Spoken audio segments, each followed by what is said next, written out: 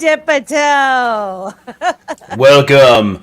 Come hither. Friends, former Romans, fellow Cryptopians, lend me thy ear. And Bitcoin, a little bit XRP, small fraction of some Ethereum, and sprinkle a little Theta on top, even though for some of us it's an eyesore. How you doing, Melissa? How you doing, Melissa? I'm doing great. How you doing, Simon? Oh man, honestly, I am fully caffeinated because my family came back from the foreign land of Japan. My brother-in-law was stationed over there, so I'll get to see my nephews that I've known, and the brand new one that I only got us off for just a short little time. He's a big tank of 3 years old, and naturally, what do all young people of the world give all of us older people? The sniffles, a cold, a little bug, virus, bacterial infection-y kind of thing, whatever it happens to be. Excuse me. So I'm all jacked up on Mountain Dew, basically. I'm hyped up on Mountain Dew, Chip. I'm out, yeah. Except mine's some tea, some really damn good tea. The Assam, it's very good. I'm having myself a blueberry tonic. I was gonna say, you're not drinking water, are you? I'm just drinking water. I told on myself. I should have just said I was drinking ice water. Well, I'd start questioning your water in about an hour. You know, it's been a crazy week so far. I don't know if you saw. I'm sure everybody saw the craziness that happened yesterday with the barge with all of the Baltimore Bridge, the Scott something bridge. Yeah. Sorry, I'm not an East Coaster, so forgive me. And very very sad. And did you watch some of those videos?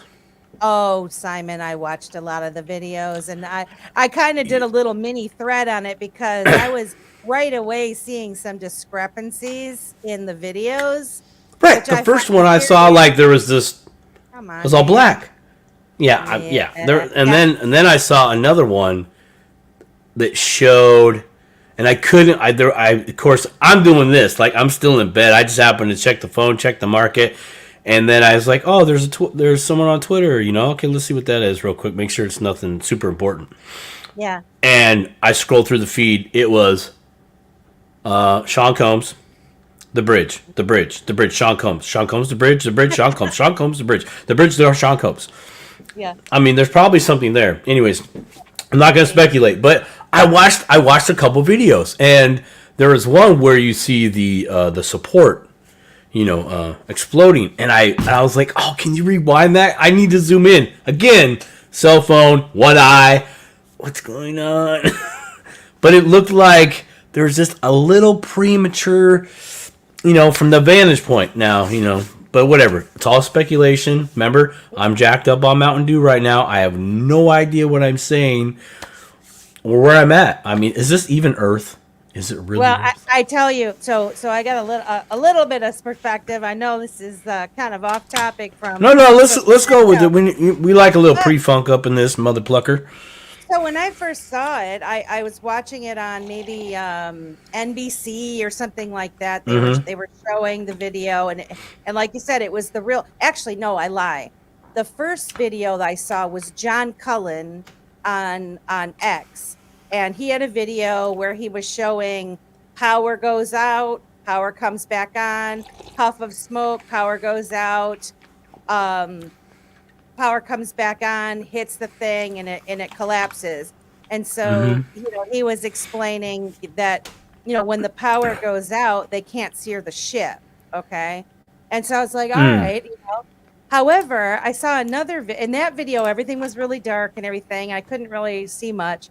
And then I saw another video where people, and there was no cars. Like on the first video I saw, there wasn't cars driving across the bridge, right? Another video I saw had multiple lights all over.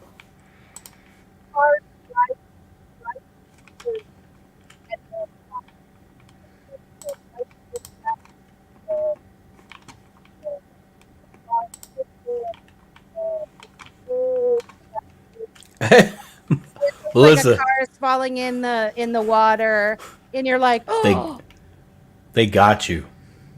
Well, see what I'm saying? Like they can do this. So anyway, I'm looking at all these different videos and stuff, and somebody's put their speculation out there that, look, you can see the explosions on the different parts of the bridge. They, this and that exploded, and it collapsed.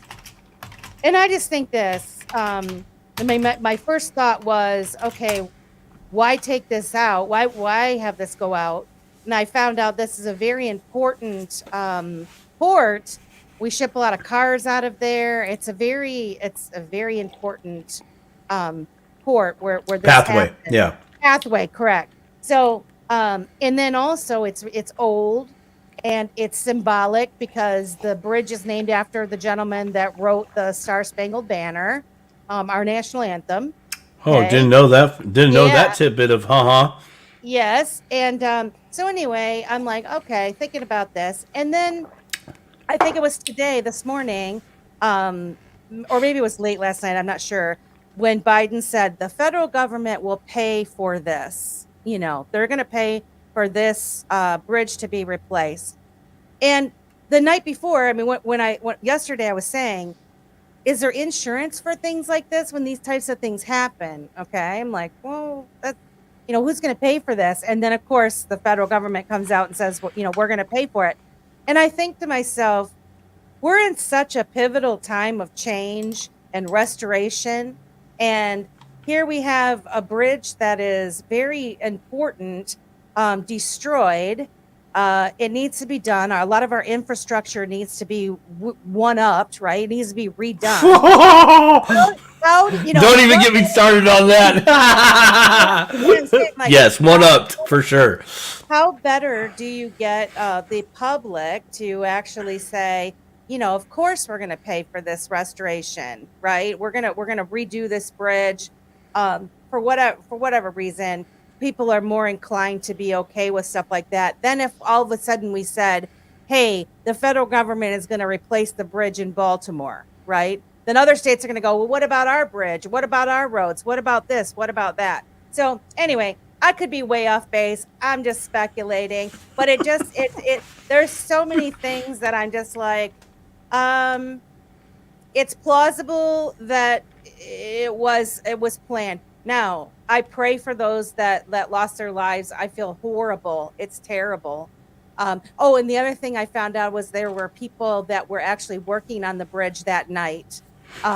So they were filling potholes. That the report said that they were filling potholes on the bridge, and so those are some of the folks that I don't know if they found them. I don't think they found them yet. But in any event, You're not gonna find them. no. So that is absolutely That's just that's horrible. that's Hor- that's the crap part, man. Like, I yeah, do. I'm construction yeah. like that. Just actually, I couldn't even talk about it to be quite honest because it's just like I know the job that I do. I've seen the job that others do that is far more dangerous than what I do, and mine I would consider dangerous. Hmm. Anybody on a job site, it's dangerous, very dangerous. But it looks like the Yeah. slave What's has. Yeah, you got that. Yeah, there you go. Yeah, Go the for it. boat had called in an SOS, so there were people on the bridge directing people to Tanica wanted in that, but yeah, I seen cars driving on it like before it hit. Yeah, and that's the thing is I saw different videos. Much like any of all these other disasters, people I don't know why people find it like if you're manipulating a video to make something look worse than it was or better than it was or whatever, like why the hell are you doing that? Type thing is how I feel. But anyway, Yeah, that's okay, so right there. oh, here's it. That okay, go ahead. Becky said, No. City of Baltimore has insurance on it. Shipping company has insurance. I'm thinking Joe is either stupid, vote pandering, or both. Well, that's possible, Becky. It is possible, but he is saying like either way, it's gonna get paid for um, out of federal dollars. So Do at they least have that's those? yeah. Well, this is the other thing that I said. I said today, I'm like, it's all monopoly money at this point, right? If they're printing. So I'm like, well, could it be a play to actually print these dollars and put it into infrastructure that we need? I don't think you have to blow the bridge up or crash the bridge down in order to do it, but because they're playing so they're being so weird and not telling the public the truth about the dire straits that the dollar's in, and that pretty much the financial system's collapsing. I feel like they're playing little games with everybody at this point, Hmm. by Hmm. withholding information. Hmm. But Mm-hmm. uh-huh, Mm-hmm. Mm-hmm. Mm-hmm. what say you, Mm-hmm. Simon? What say you, Simon says? Simon says what? Simon says, "Game on, mother plucker, game on." Um, Sucks about the incident. I do agree with you on the viewpoint of, well, if the government says, hey, we're going to replace this bridge, and then us, feed me, kind of thing. Okay, and that's at the leadership level. Tragedy hits, then cool, you get to play. That's doable. Becky, her point, city has insurance. Shipping company has insurance. If it's a federal road, like interstate roads, interstate highways, those are different for responsibility and etc. Now, is insurance going to pay for that? Be like, dude, you guys haven't kept up the road for years. Like, no, we're out. We're so not paying this. There's all those other particulars. Even where I'm at, we had our own bridge collapse. Not too long ago. It was a little while ago, but we had a semi it was too tall, and it hit the upper supports, and the whole bridge came down. And Oh my God. but I mean, on our state, dude, we have Fs across the board on all of our bridges. Fs, What do you mean? like death and destruction. Somebody farts wrong and it's coming down. You know what I mean? There is that. Like there's so many on the bridge topic. I remember Minnesota, the bridge collapse over there. I went to that site a week after it happened because I was DJing my homie's wedding. But we went out and looked at that, and it looked like some Universal Studio Hollywood set. Like it didn't look real, but it was very much real. Wow. It was the first time I've seen the the outcome of something bad. Some industrial accident or anything like that. It was just mind blowing. Just to go, wow. We go back and forth on that every day. We had that when we were driving through. We One of the towns got hit really bad with a tornado. Um, this past like summer, I think it was like the summer before, and maybe it was not last summer, it was summer Yeah. before. But we're driving through, and I know what you mean, Simon. It's like you're looking around and you're seeing certain things are intact, and then other things are just blown out, like picked up and moved. So you're just like, it doesn't look real. You're right. It does not look real, but yet you know it There's happened. sometimes where you're just like, Yeah, did they set that there? you're like, But really? it's just how it's set. You're just, I mean, even it's I've been on construction sites where someone's lost their life, and when you Terrible. look at the scene, it's just like some teenagers just pulled something down and left it on the ground. Hey, you pick it up, kind of a thing. You're in this world of kind of a amazement of like, wow, takes you back a few steps, just to see that whole bridge come down. And Yeah. somebody had posted another dash cam video of just how long the bridge is. right? Because that shot that they give you, you see the big tanker. You don't know how big the tanker is till you next to the big tanker. Then you're like, holy crap! When you see all the containers stacked up on top of each other, and here's the bridge. Like my eyes are the bridge of command. Okay, we can see out that way, but not down. You know, like could they see it? Were they like, oh crap, we're not going to make the bridge? Oh my god, you know, just to get under it.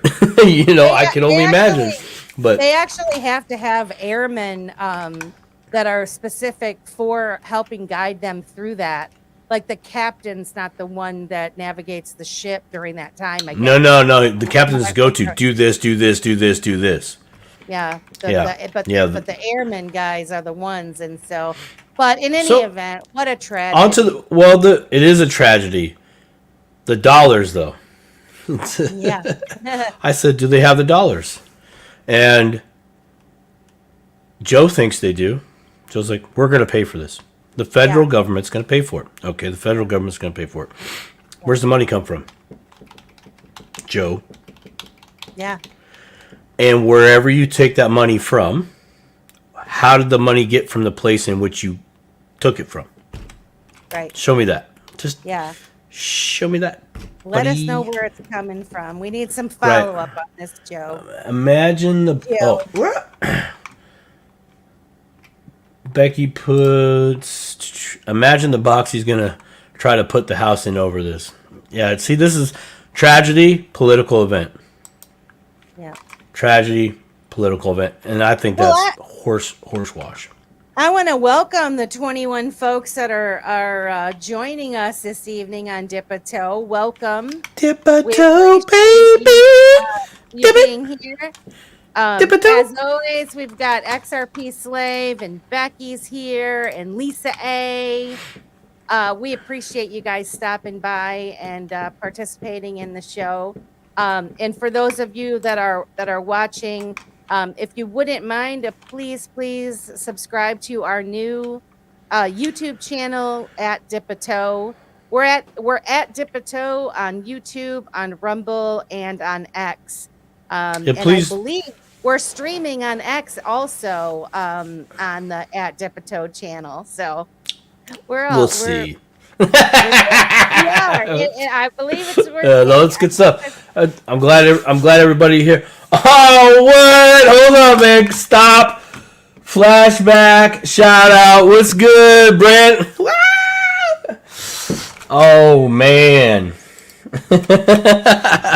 That's an old homie from my younger days, man. Old homie from my younger days. Yeah, we used to DJ together. It's good stuff. Nice. Been a while, man. Did you finally get some Bitcoin?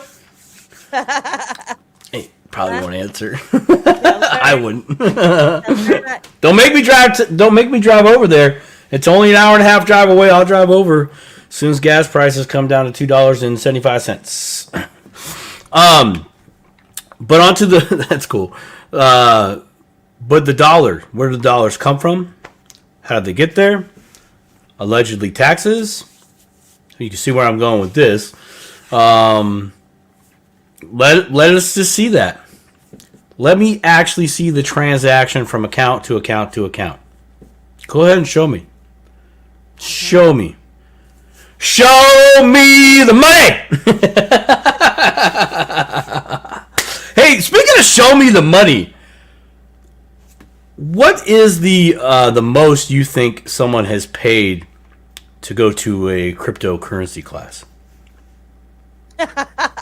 Well, Simon, since you asked, there happens to be some folks that actually paid $5,000 to go to a crypto class, and I think it's pretty crazy. But I'm going to share this. $5,000. I wasn't there. Okay. So, guys, this is what I want to say. Let's go. Let the games begin. This is an indication that, things are getting ready to start up, get a little bit crazy. When you start seeing stuff on Twitter posted, crazy talk, that's where you need to hold on to your hats and be part of a community like this one where you got, especially if you're new, so that you don't fall for scams. So It's a this scam. it's all a scam. It's a scam. Yeah, this guy is something else though. All right, so let me share this here. Okay, now who is accredited? Who's accredited with the original post of this? Is that this is QE Infinity Stealth QE4, and he just puts, people paid $5,000 for a class to listen to this clown. So, and this guy, this particular Hassan New Money, he actually has a lot of followers. So this is what he does. But here, these guys supposedly paid $5,000 to hear this. So okay? Wait, well, go ahead. No, go ahead.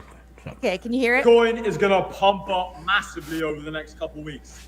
It went down a little bit. The crypto men were panicking across the world. Everyone started to panic and sell their bags. What I want you guys to do is buy Bitcoin now because it's going to go up to 80K, 85,000 over the next couple of weeks. So you guys paid good money to be here. You paid $5,000 to be at the Bitcoin Masterclass. He's got a whiteboard. I'm telling you to all buy Bitcoin and hold your fucking bags. Hold them tight and don't sell them. Don't listen to the naysayers. Don't listen to your wife complaining that you sold her jewelry. You need to hold, and you need to hold them tight and hold a lot of it. You need to hold a lot of these bags because it's going to be a crazy bull run. You've not even started the bull run. Wait until you see what the Federal Reserve have planned. Bitcoin is going to times 10 from this position. Bitcoin is going to pump up massively over. Oh, I thought that was just funny. Really? Can you pull that back up? I'm gonna have some fun here. Pull that back up. Oh man, let's see if I know you probably just dished it in the frying pan or in the fire there for a second. Now, full transparency here. He's not wrong. Bitcoin's gonna go to that price. 2 weeks, man. I'd really love to know what denomination of money that he's giving that reference to. If it's Aussie or something else, cool. But next 2 weeks, man. Oh man, I'd love to bet him on that. I'd love to bet him on that. I'll bet him half his next class of fees. I'm looking for it. I just shut it. Oh, there we go. Here we go. Okay, hold on. Okay, so I'm going to listen while I finish dinner. Oh, Becky's cooking dinner. Hey, Becky, Delicious. what you having? Yeah, Becky, what's for dinner? I want something good. What's for dinner? It's Wednesday. Maybe it's leftover tacos. Oh shit. All right, here we go. If you guys need some shib, Brent Davies has got some shib, y'all. Okay. I want you to play it, but pause it at the point where he turns around and he's talking to the crowd. I want you to pause it right there because I want to do a head count. Yeah, do a head count and look at. Yeah, I want to do a head count real quick on this, right quick. All right, here we go. Oh, Bitcoin is going to pump up massively over the next couple of weeks. It went down a little bit. The crypto men It's are all panicking men. across the world. No, there's a chick in the background. I watched this. What I want you guys to do Right there. Bam. buy Okay. Hold on. I'm using my mouse. You guys can't see this, but I'm using my mouse. 1, 2, 3, 4, motherfucker. 5, 6. Down. His arm's in the way. I'm just going to go 6. Probably 7. 8 rows. We'll call it 8 rows. 1, 2, 3, 4, 5, 6, 7. I'd say there's about. Is that right? I think that's wrong. There's probably 6 chairs side by side. I'll be nice. 6 chairs. Yeah. So 8 times 6. Oh my God, brain farting. 56. So he's got 100. If he has that room packed, max capacity there, he has 112 heads. Let's do some crypto math right here. Boop, boop, boop. Boop, boop, boop, boop, boop. Woo! That's a cold 560,000. Let me tell y'all something from the streets. You go to YouTube University. You drink some Mountain Dew and you stay up all weekend and do Bitcoin, Bitcoin, Bitcoin. And then the next weekend you just watch videos on XRP, XRP, XRP, and other coins. I mean, dang, 5Gs. You guys can get that for free. We'll do it. We'll do it. It's free, bro. It's free. Dang. Now, that is a nice hotel room. So I would say probably maybe 5% of the total package is going for the room. Chairs are with it. I want to know how long this is. I want to know how long the class is. 1 hour, 2 hour, all day, weekend event.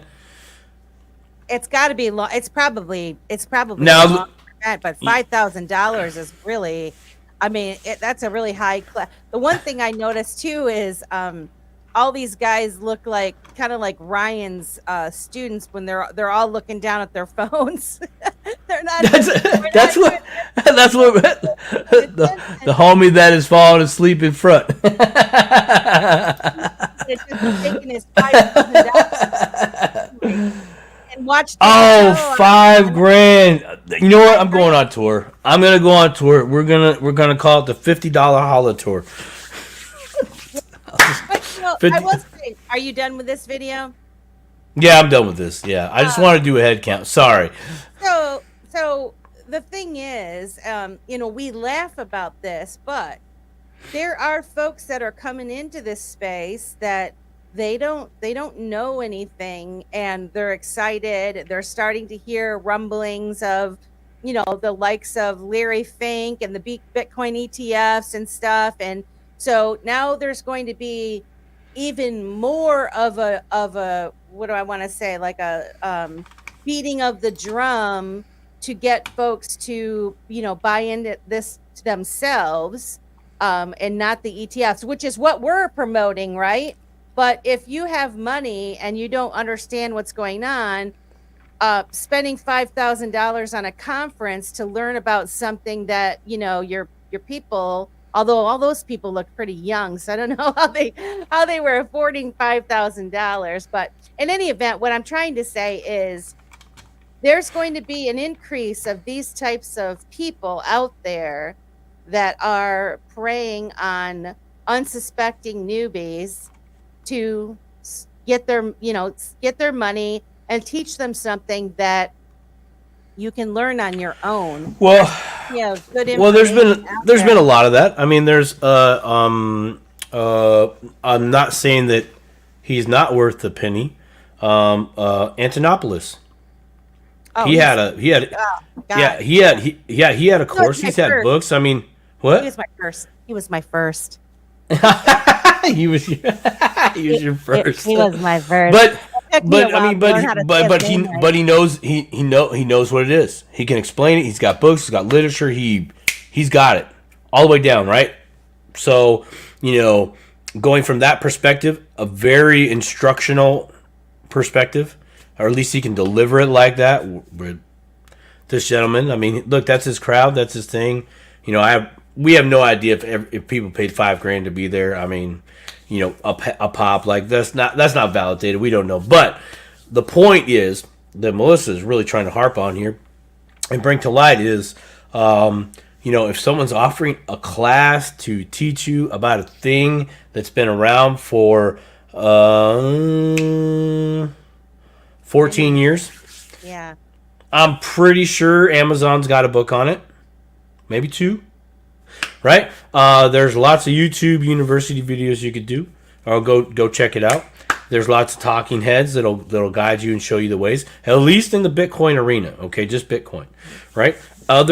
Most people in the community are willing to teach you. I mean, heck, we teach you just differently. Like, hey, check this out. Mm-hmm. Go here. More of a directional channel. Like, hey, check this out. Look out for this. This is what I learned today, right? This is like the break room show, if you will. Where we're talking shop about cryptos, good things, bad things, awesome things, and some not awesome things. And paying $5,000, people have definitely paid that. People will continue to pay that because they don't know. And the people who have, so here's the funny thing. I'm gonna side note onto business. I offer a free class on Bitcoin. Nobody takes me up on it. We don't. We don't see value there because it's free. It's free. Yeah. Right? Okay. You put your money on the table. Now you're listening. Mm-hmm. That's honestly the way this world works. That's how we work. You pay to go to college. If you actually paid cash money to go to college, you're going to be there every day, even with your little sniffles. You're going to be there. You know, you're working 3 jobs to pay for your doctorate or whatever it is you're having to go to school for.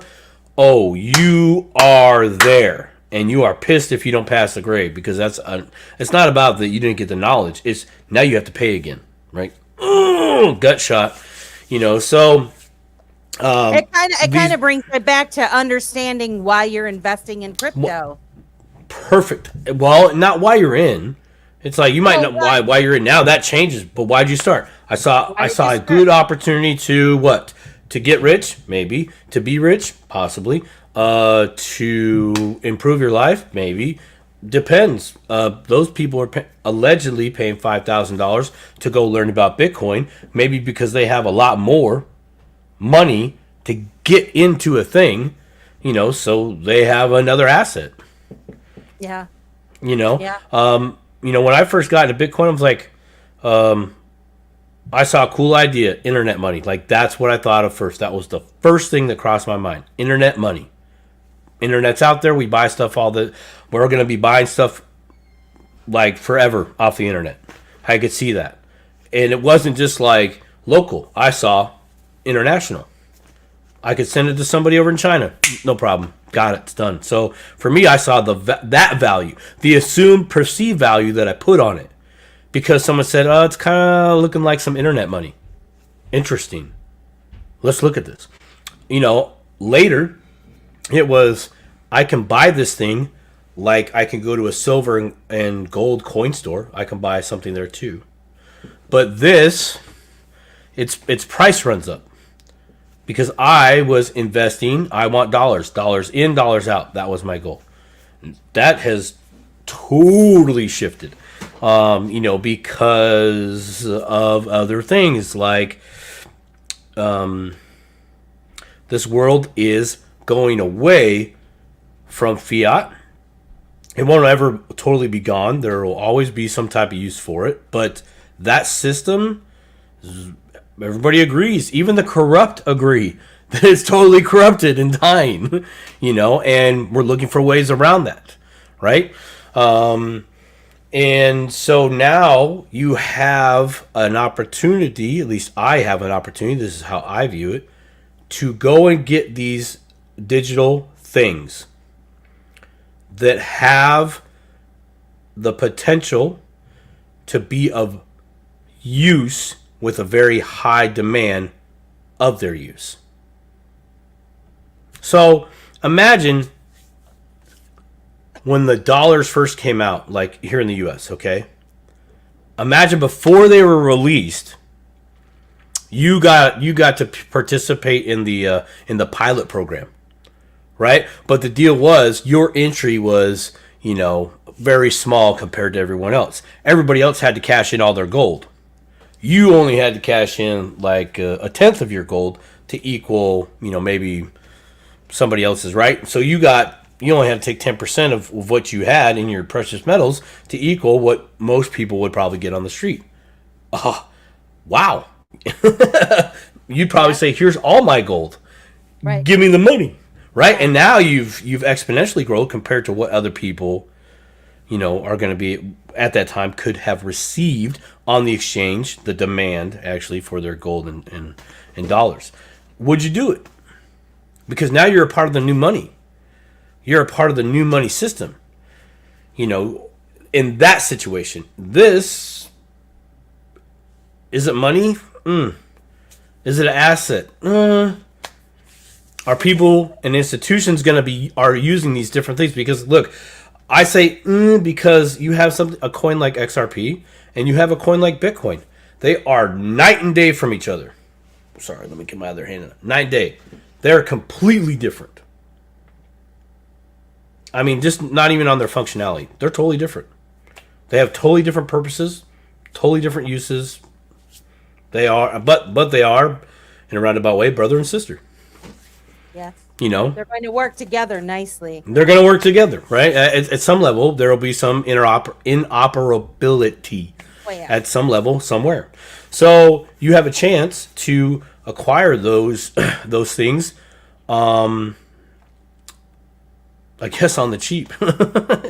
Right You know, now, it's because like you've said, this space is not for sissies, right? no, it's This not. space is Mm, this space definitely. is for, understanding what you hold, which we're gonna touch a little bit on some different things when it comes to understanding what you hold and how to deal with that.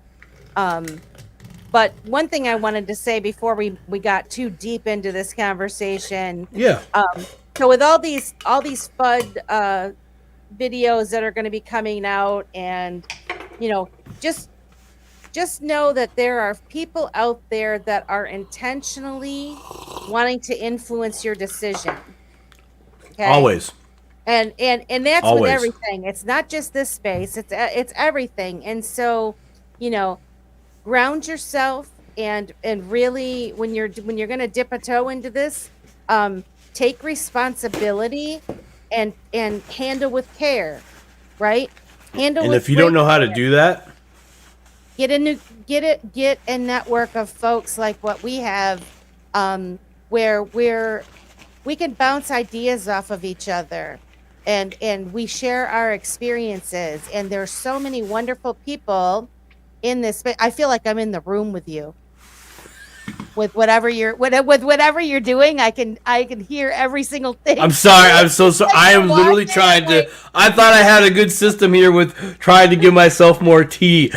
It's not well, working out right now. I'm so sorry. I feel like I'm so sorry. I really am. I'm so sorry. um, I apologize.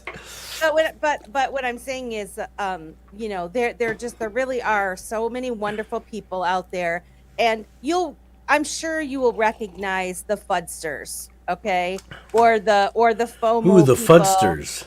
Um, I like I that. mean, The yeah, fudsters. the fudsters.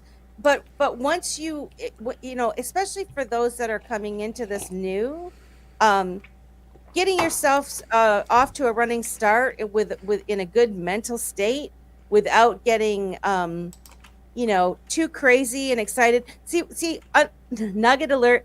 Unfortunately, a lot of my friends, they only want to get into this space when it's like a meme coin. Like like your friend actually said he didn't buy any Bitcoin, but he bought a bunch of Shiba Inu coin, plenty of Shiba Inu. And that's fine. That there's a lot of people that do that because it's very cheap to get into these types of coins. However, if you don't know, if Pepto Bismol is your best friend, this may not be for you. Yes, right, Becky. It's true. Um, I mean, it's definitely, there is some truth to that. But unless you're part of a community and you're really understanding the on ramps and off ramps, and realizing how the markets go up and people are trying to rug pull with these meme type coins, your Shiba Inu could go from 0 to 100, and you think you're in the money, and then the next thing you know, you ain't got squat, right? It's happened. I mean, my friend did Doge. She bought Dogecoin, and she did great. Her profits, somebody helped her buy it. She had it, and she was doing really well, and she was so excited. But then it just went right back down and then And then the below. greed diamond hands kicked in and said, Yeah, "It's gonna go more." No. right, right. Just the other on this last leg of this run up that we recently had. First off, before I say this, I'm sorry, dude, but I got to use your story. Okay. So I have a friend who's also a coworker. 3 times now. Well, yeah, 3 times. I think this is the third time or second time I know of. Third time that he hasn't done this. SHIB went up. It came down. He didn't take profit, and that's okay. But he didn't take profit because he thought it was still going to go, right? Yeah. Lesson learned, brand new to crypto. Hey, man, those are the tidal waves. Now you got to wait. He waited a very long time. SHIB started running a little bit last year. I told him my thoughts on it. I said, look, man, if this is what you would like to do, this is the time to do it. Pull the trigger. Pull it. He was driving. I said, pull over right now. And he's like, oh, I'm like, don't, buddy. Homie, I'm trying to be nice to you right now. I know you're with your wife and your family and you've had a long weekend, but pull the damn truck over, execute the trade, and then get back on the road. And only take a second. Just do it. Do it now. No. This last run up, he had another hang up, but this is good because he's learning, right? He's learning by fire, and that's okay because when we learn by fire, the words of wisdom, let it be, don't let it be, pull the trigger. The words of wisdom are going to come through because we've been burned a few times. Everything, when you learn in those high pressure situations and you get burned in those high pressure situations, suddenly you were at the front of the class, you got your pen out. By the way, this is my pen. You were taking notes. You were least likely to succeed in life student, and here you are. You are learning. So, price goes up again recently. He's in a very, very awesome position. And I calmly was like, look, this would be a good time to take profits, or at minimum, just pull that original investment out. Because we were on the topic of the bad word Brown Hill. Yeah. He had a question about the taxes, and it was the not knowing what he was, if he did something, what would be the outcome later. Yeah. That stopped him, and it was good because he's like, I don't know what I'm doing. Fair point. Yeah. It is a fair point. But I'm like, but you do know you can pull your original investment out, and you're good because that's your original investment. Most tax professionals will tell you reportable event. Reportable, right? Okay. I'm just being, I'm not committing to one side or the other, and I'm trying really fucking hard here. Excuse my language. Earmuffs! Damn it. So you could pull that, and he didn't. And later, I asked him, I said, it was later, I'm like, did you do it? He goes, no. I'm like, well, that's okay, man. Maybe you will next time. He goes, no. He goes, I know why I got screwed up. And I said, why? And we had to talk about it, taxes. And I'm like, so you were scared that Uncle Sam was going to get X amount, blah, blah, blah, blah, blah. He's like, yeah. He goes, I really feel like that's bullshit. And then we talked about that, and I'm not going to continue that story. But those are the lessons that nobody really can teach you until you go through that. Yeah. And that's where this space is free. Go ahead. I just want to say, when you say, I just want to correct this. When you say you can take out your original investment and it's not taxable, that's not true. And the reason I say it's not true is that what it is it is the you might be taking out the amount that you originally invested so that you're whole, which that's different concept. But when it comes to tax, if whatever you bought at what price, that's your cost basis. When you cash out to take your original investment, if the price of the coin has gone up, you're going to sell less of your coins for a higher price. The difference from the amount that you bought it for and the amount that you sold it for is what's considered the capital gain, the gain on the coin itself.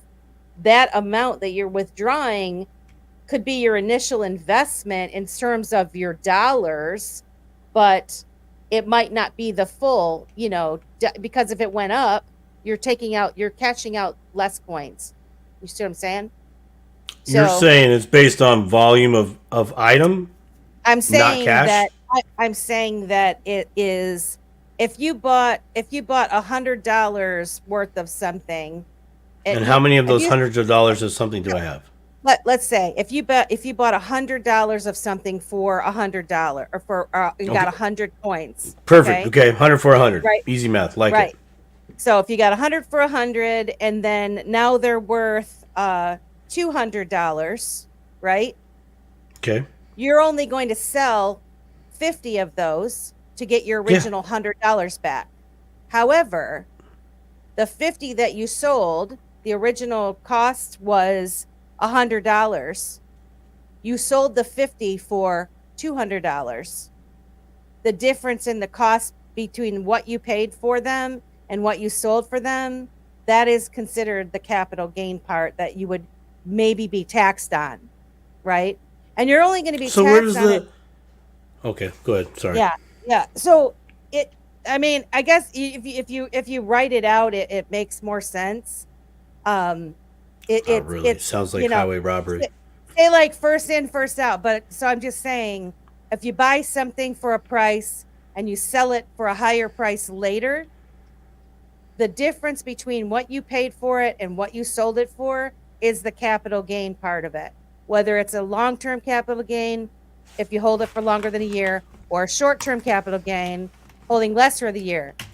Telling someone that if they take their initial investment out, it's not taxable, isn't exactly accurate. If you're playing according to the IRS rules, that example is the dollar amount. So the dollar amount that they're taking out might be, their initial investment amount. But if they sold coins to get that amount and they didn't sell all of those coins, right?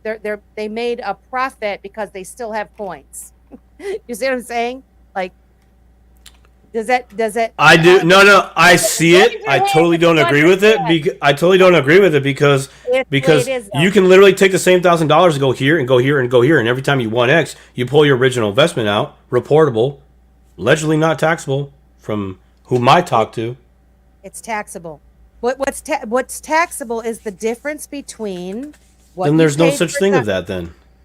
Okay, there's no such thing as. What you paid. I put my $1,000 in. Yes. I cannot get my $1,000 out ever without being taxed. First in, first out. If it's first in, first out, I first put in $1,000 and I first pulled out $1,000. That's my first in, first out. Well, if you pulled out money, because it's being taxed as property, because they consider it property. Okay, so if you buy something and it appreciates in value, the difference between you mean dollars? Dollars. Well, if you're going to cash something out into dollars, if you sold whatever it appreciated. Now, on the other hand, if you were taking your initial investment out, you bought 100 for 100, and the price dropped, okay, and it was $50 now, then you have a loss. Okay, you have a loss that will offset other gains that you have. So it's not a matter of you put a certain amount of money in and you can take that back out. If you're cashing out and you're selling. So if you had 100 for 100 and you sold 50 of those for 200 to get your initial investment out, that's a gain, because you have your initial investment that you're cashed out, and you have 50 coins left that are still have value setting in your wallet for future gains or losses. So yeah, but I didn't sell those, so those are not included in the equation, correct? Those are not included because in the I didn't realize the gain on those that I did not sell. Pickles and Cheese says, Crypto Hulk says, if there's no laws or regulation, no tax on crypto should be paid. Well, all I'm going to say, Pickles and Cheese, is that according to the IRS, they are all over this. They do treat it as property and tax as property. And there's a whole bunch of tax accountants and people, IRS people that are talking about this, and it's years. It's not just today. It's not just yesterday. And so all I'm saying is that if you are filing a tax return and you're selling and trading crypto, you need to be mindful of it. You need to be mindful of this. You can't listen to somebody named Crypto Hulk that's going to advise you on tax. So, and I'm not knocking. I love Crypto Hulk. I love the guy. He's got some really good information. Let's talk about why you can't real quick. Let's mention that. Why what? Why what? Why you can't take Crypto Hulk's advice versus a CPA. Why can't you and can you? Okay. Well, here's something. A CPA has taken the test. They filed the license and all that kind of stuff. They're regulated. They by law cannot give you misinformation, right? They're not supposed to give you misinformation, all right, on how to do it. They can guide you, but at the end of the day, even if you hire a CPA to do your tax return, you are the one signing your tax return. So yeah, I get the responsibility part. Everybody be responsible. You sign it, it's your ass. Right. That part I get. What I'm trying to bring to light to the people is the CPA. They took a test. Yes. They took classes. And they have certifications. Every year. Right. Every year. Okay, good for them. Happy for them. It's part of their profession. Where does the regulation and certification originate from? What are they bound to? And what does that make them by extension? Well, you're saying they're extension. You've said before that you feel that they're an extension of the IRS. They are, because that's where they're governing body. So go lawyer. Ask a lawyer what they are. Ask them if they are an officer of the court. They are, yes. Actually, an attorney. There's a little food salad on the whole lawyer, etc., etc. But whatever. Officer of the court. All I'm saying is this. If you're filing a tax return, which most people do, it would behoove you to talk with Becky. Becky says she personally uses a tax attorney. And you want to use a tax attorney or a CPA or just anyone that does taxes that is well versed surrounding these crypto transactions. They've been around for quite some time now. Some of the videos I was researching before we did our first show on this topic, they've been around for a couple of years. And so, you might see an older video of someone saying, it's not taxable and it's this and it's that. And they've got their opinions on it. But you need to do your own research on this and look into it a little bit deeper, because if you file your tax return and you don't give the accurate information, or you don't even have the cost basis for transactions that you've completed over the course of the year, then you could get yourself into some trouble. And you might not. I mean, I'm just saying. All I'm trying to do is enlighten people and make them think about this a little bit. Because no matter what you think about taxes, whether it's unconstitutional and we shouldn't have to pay, I feel that way. I'm not down with it, but you still should cover your own arse, so to speak. So what does that mean? Cover your arse? Well, it means I know I'm poking the bear here. I know I am, but there's a whole different part of this space that is. The cryptos are totally not for the system that we have, and everything for the system that we have is interjecting itself onto cryptos. Yes, this is the net and the reach as somebody. So they are. Yes. Okay, so now Now, as opposed, you could get in trouble. Yeah, you could. You're gonna have to protect your own ass. That's how it always is. Doesn't matter what it is. Mm-hmm. IRS considers it property. Okay, if that's what they consider, that's fine. I accept their consideration of property. Can you tell me how you came to that conclusion? Actually, will you? There isn't. This is the major problem. There is clarity on everything else in this damn world, especially in this country. We have tax law up the wazoo. But we don't have it here. This is the major problem that people are having. The major problem. The assumed thing. You know, hey, you're going to sign your name on that. Yeah, you're going to sign a document that says, I hereby swear that I will go to jail for all eternity or whatever you guys feel like, pay an obscene amount of money, ruin my life, the life of my family, and etc. if you guys feel like I was right or wrong. With all the knowledge that you have that I'm supposed to have. You know, that. You know, is it property? Well, you know, there's no title. Okay, is this mouse mine? Possession is 9/10 of the law. Okay, cool. Can anybody out there show me how you hold your Bitcoin? Show me how you hold your Bitcoin, because right here, this is the old system. Right here, possession 9/10 of the law. You were holding the gun, weren't you? Okay, I have a small access to a network that everybody else has access to the network.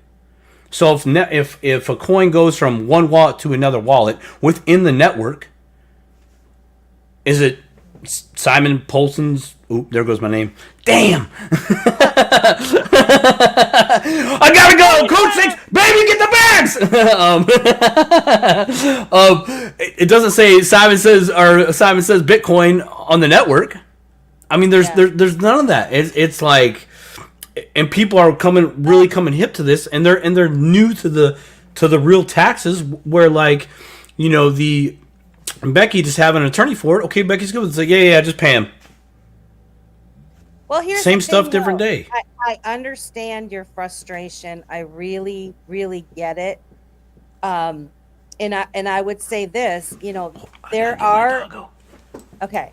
So there are different ways that people hold their crypto and transacts with their crypto. All I'm saying is, if more and more of these on and off ramps, they're playing ball with the regulators. Okay, they're going to send you a 1099-B. Okay, if they sent you a 1099-B, or if they didn't mail you a 1099-B, but within the app it says download your 1099-B here, that means that got sent to the IRS also. Okay. Okay. So you're not going to be able to skirt around this, especially if you're using facilities that are playing ball with the IRS and reporting to the IRS like they're required. Okay. So, you know, Christy and I talked about before about them, you know, they get the institutions themselves regulated. Yes. Yeah. And so then thereby that regulation trickles onto the end user, us who are using it. And either you play by the rules or you don't. For instance, you might have been using an app that didn't require KYC. And then I don't know if many of you have noticed, but lately, you got to do KYC now to continue to use this app.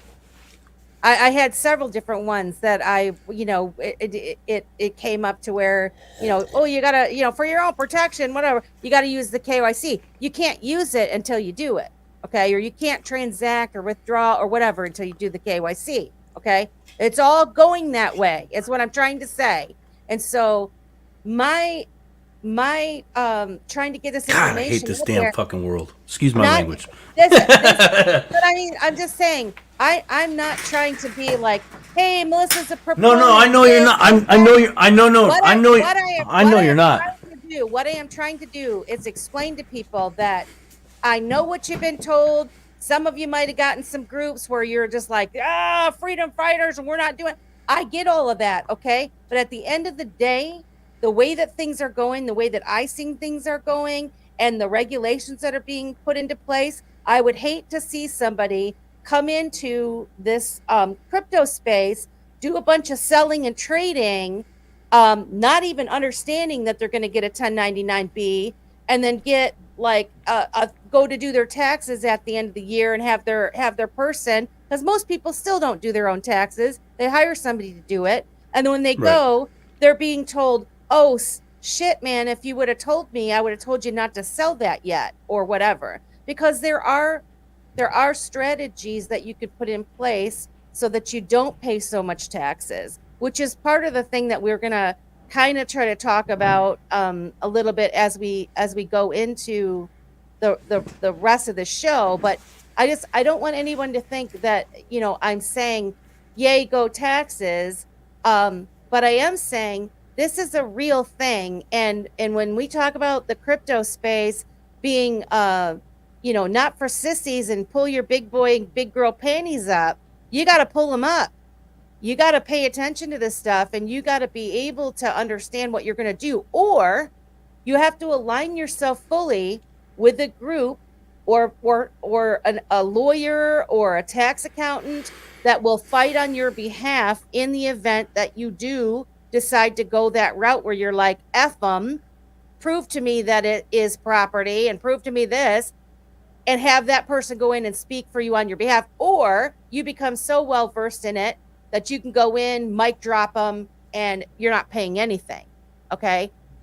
Or you could go the tax planning way and try to set up a structure that protects you, or start setting something up to where you can not have to worry about this. It's the amount of stress level that somebody wants to be in. And this is not just taxes, right? This is or not just crypto. There's other investments. There's other stuff that people get involved in where they need to plan for this kind of stuff too, right? I mean, sometimes people think they can rent their apartment out to somebody else and they got a little extra cold hard cash in their pocket and they don't have to claim it as income. And then they find out that the person running it wants to claim that. They want to do the homestead property tax credit. And the next thing you know, it's like, well, why didn't you claim that income, right? There's all these little intricacies that are like woven together, and it's a chain reaction. So it's, if one little string gets pulled from a transaction that you participated in, it could end up at your feet, right? It could end up it could end up in your lap, right? So right. I'm just saying, you can't just say this is not it, and that's it. There has to be more. But that's what's being done on the other side. Yeah. Across the table, that's theoretically what's being done. Okay. We've allowed it for a really long time. You're right. So when are we gonna stop rolling over? Right. Well, I mean, what do you propose though, right? Like, how many people is it going to take? That's what I'm wondering. I'm not gonna speculate on that. What I'm just trying to bring to the table, where you're like, hey, no, it sucks. These people are coming after you because that's what they do. That's what they do. That's really all Melissa's saying. Yeah. Right. So what do you do? So I mean, in a roundabout way, that's what you're saying. That's what they do. So how do you get it to where they don't come after you? Arm yourself. Play by the rules.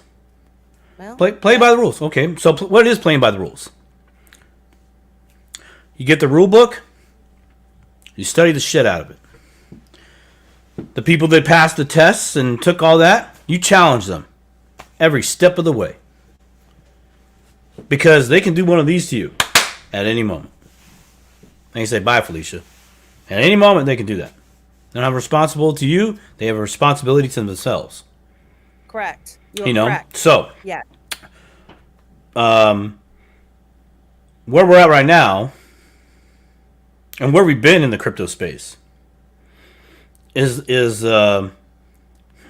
two competing systems that arguably do the same thing, fix the same problem. Only one of them allegedly looks a little bit more cleaner than the other after 100 years. So the adoption of this is to bring it into that system and just make it digital. That's what's going on. Right? Everything in our world, in our country, everything in our country, what's the value of something?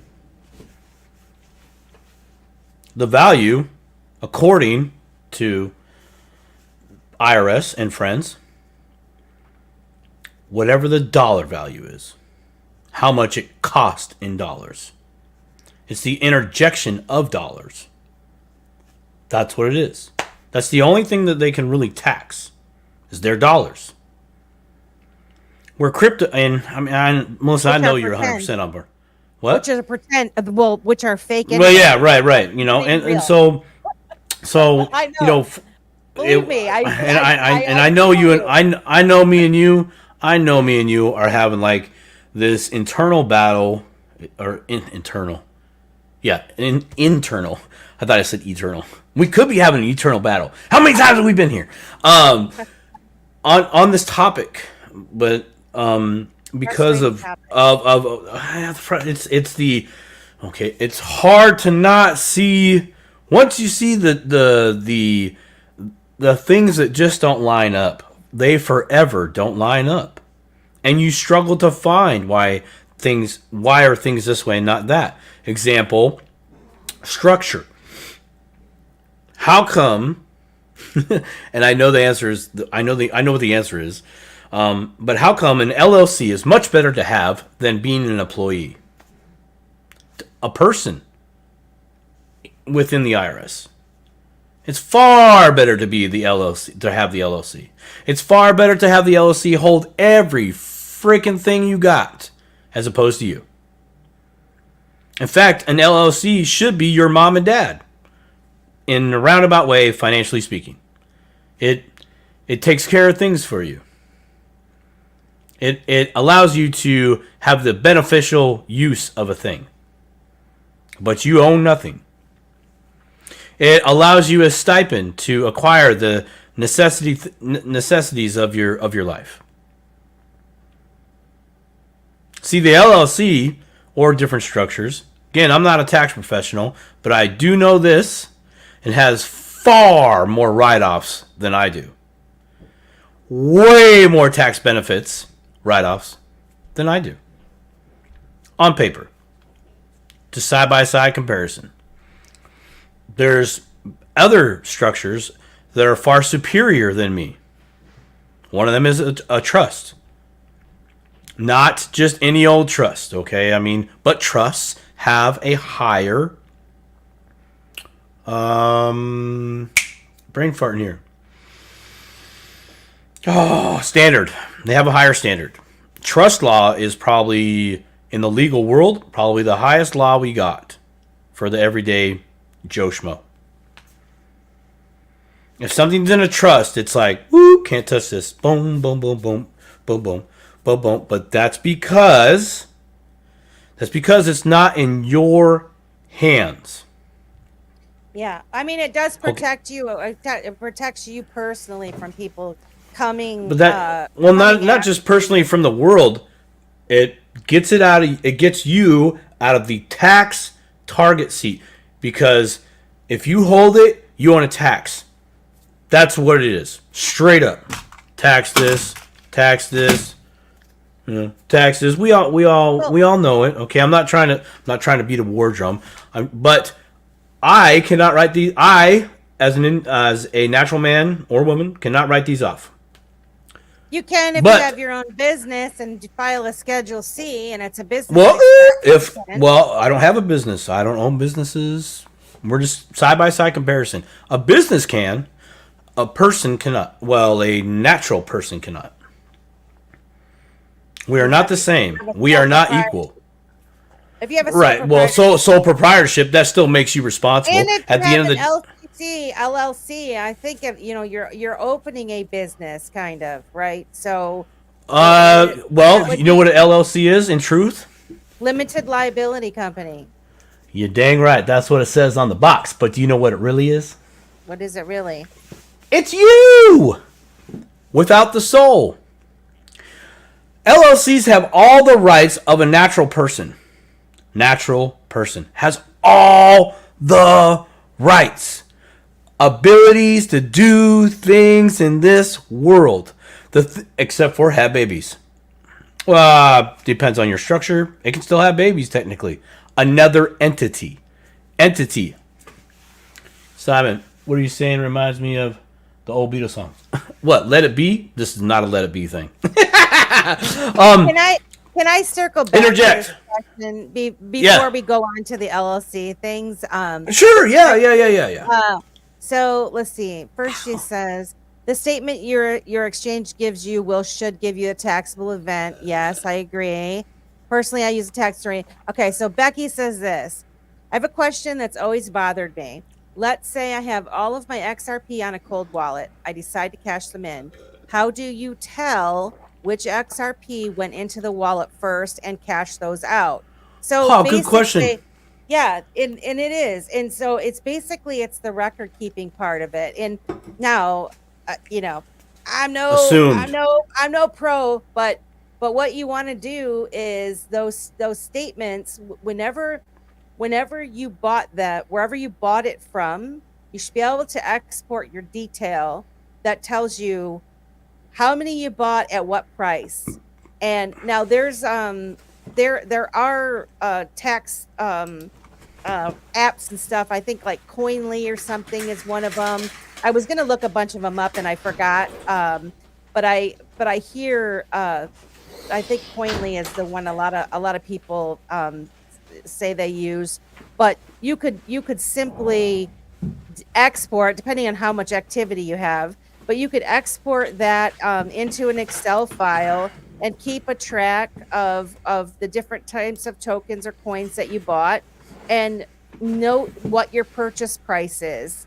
Note what your purchase price was, how much you bought it for, and then when you go to report those, when you're selling them, they're going to go to the first in, first out. The amount of coins that you're selling and the amount that you bought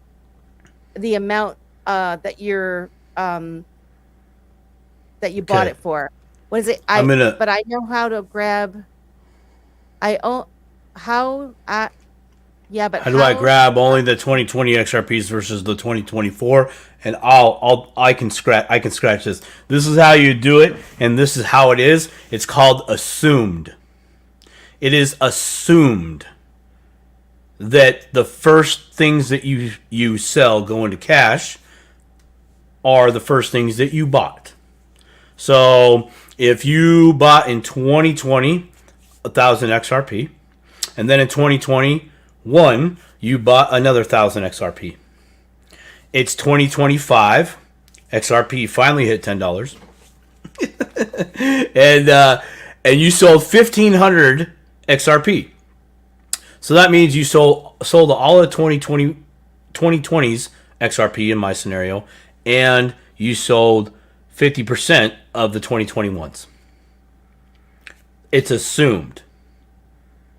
That's what I have come to know. The first in, first out. So you say it's this one here. But what Melissa's talking about is how you back up that play for the cover your own butt, because you are signing a death sentence to on the little piece of paper there, 1040. Well, so this is I was trying to look this up to find out. Um, you have to elect the calculation methods that you're using.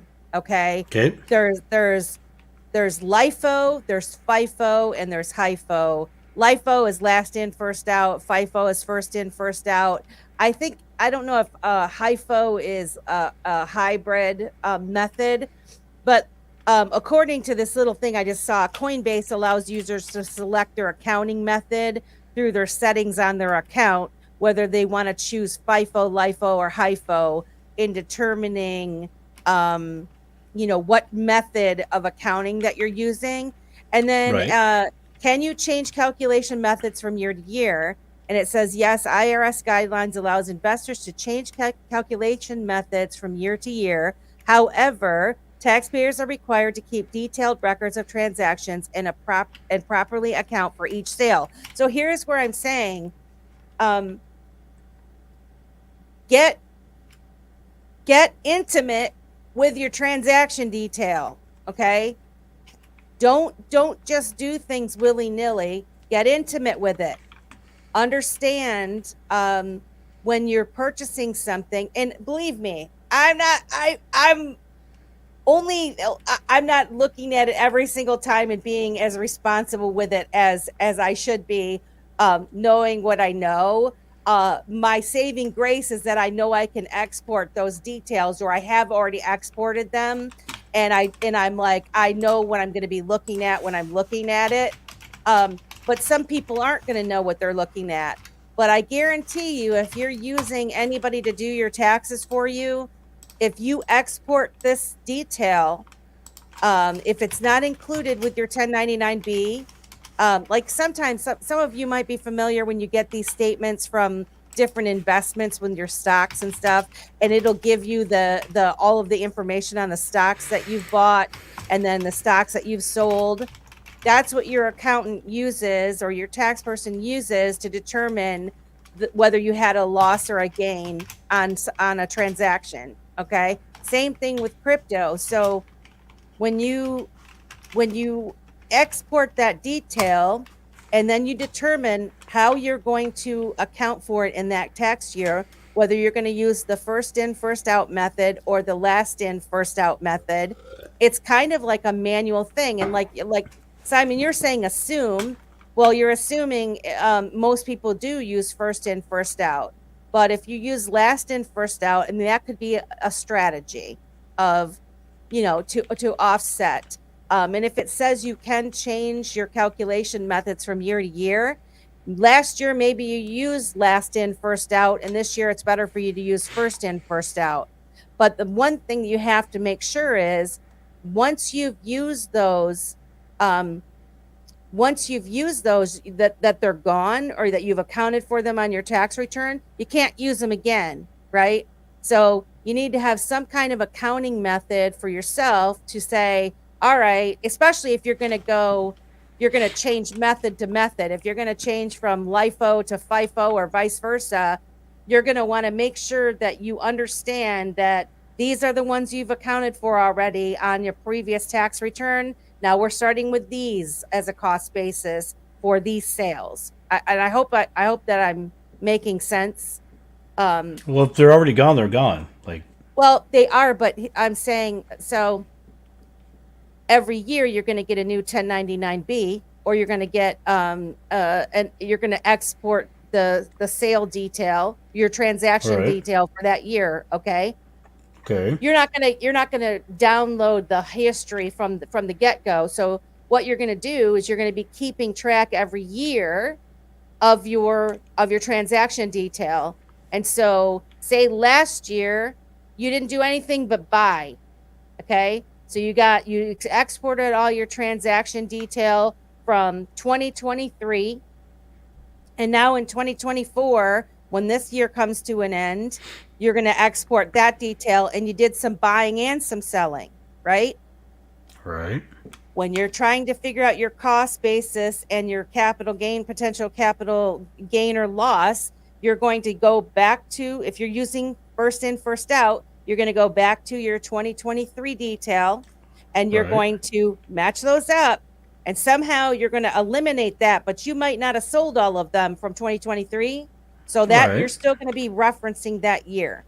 You see what I'm saying? Until that's Yeah. completely gone. But you're going to want to Yeah. keep track of it, and you're going to want to keep it for Got you. Okay. as long as you're able to I mean, just keep it forever, really. For your own Right. peace of mind, I would. So what's the problem with that? No, the other strategies. Before all that, it was first in, first out. That was coming from the IRS. That was before all that you just read to me. That was the only way that was the only available option with the IRS coming from the IRS. We're going to treat this as first in, first out. I remember that because my I don't first know how long ago that initial was. knee jerk responsible. Oh, thanks, buddy. Appreciate that. So I hear that. Yep, Melissa, definitely print off everything you can. Reconcile, because you're gonna have to do that one way I or mean, the other. this is not something that people want to hear. I realize that. I just think I'm just telling you what I've researched, and if you So want, have you found anything that? you want to have an understanding of what your potential capital gain or loss could be. I mean, if we're going to talk about strategies, right? If you're going to put yourself into LLC or whatever, you're putting yourself into the system, okay? You're still putting yourself into the system like that. Or if you're going to set up a trust, you're still putting yourself in a system. So the more that you can understand the system in its totality, the better, in my opinion. Right.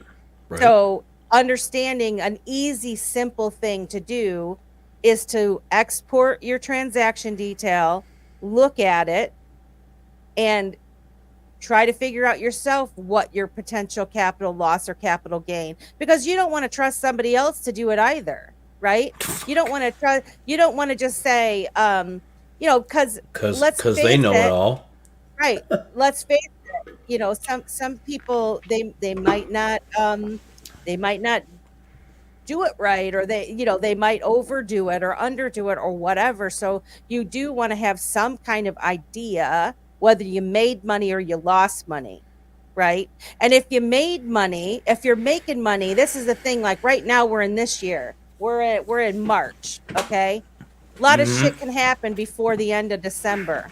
Okay, there's a lot of moves that can be made before the end of December in the event that you did have, like, things go to the moon and you made a lot of money.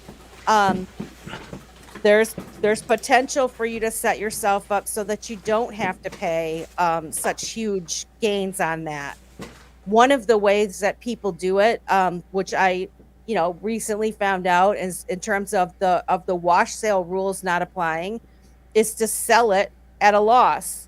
So, we've got a long ways to go before the year is up, and there's lots of people are saying, we're going to have highs and then we're going to have a crash. Okay. Well, if you had this great big gain and then it crashes down and people think, oh no, I don't want to sell it, right? Because I want to make sure that I get, keep my bag and everything. A play could be, not financial advice, that you sell it and turn around and buy it right back. Then you have that in that tax year, you have a loss that offsets your earlier gain from the year, right? These are the strategies that people are using, and these are the plays that the big dogs, the people with the money, are using. And so sometimes I think that us little guys get caught up in, it's not taxable, or we don't think it's taxable, or whatever, and we're the ones that end up getting screwed because we didn't know that when someone gave us an NFT whatever, this free thing, or we were earning this and that on these things, we didn't think they were taxable. But guess what? They were, right? Because that's what happens. They end up sending you a 1099 for some shit that you thought was just, I was having fun and trying some stuff out. So I know it sucks what I'm saying, but I don't know how else to say it. So what? Pay your taxes? Yeah, I mean, I don't know how else to just I can't even. There's nothing I can say other than this is what they say, right? I mean, you cannot pay. That's not my. That's not my. Well, I don't think that's the problem. Paying. What's the problem? The lack.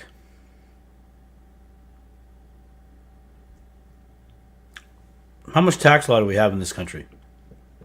A lot. Right. A lot. There's rules upon rules upon rules upon rules on how a thing can be taxed. What has to be there for it to be taxed, etc., etc. Now, it's just tax, tax, tax, tax, tax.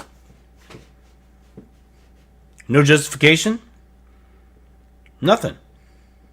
Well, not to mention being able to spend it however the hell they want without our blessing. They don't spend it. It goes to nothing. Theoretically. Show me the money. So,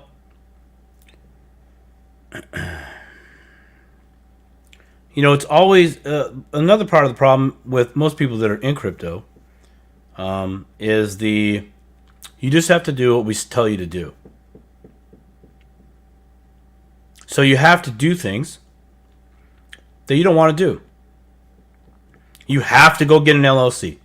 I'm going to tell you right now. You have to get an LLC. You have to get a trust. You have to get probably multiple CPAs and multiple lawyers and put them against each other, to be quite honest, to find who's the best.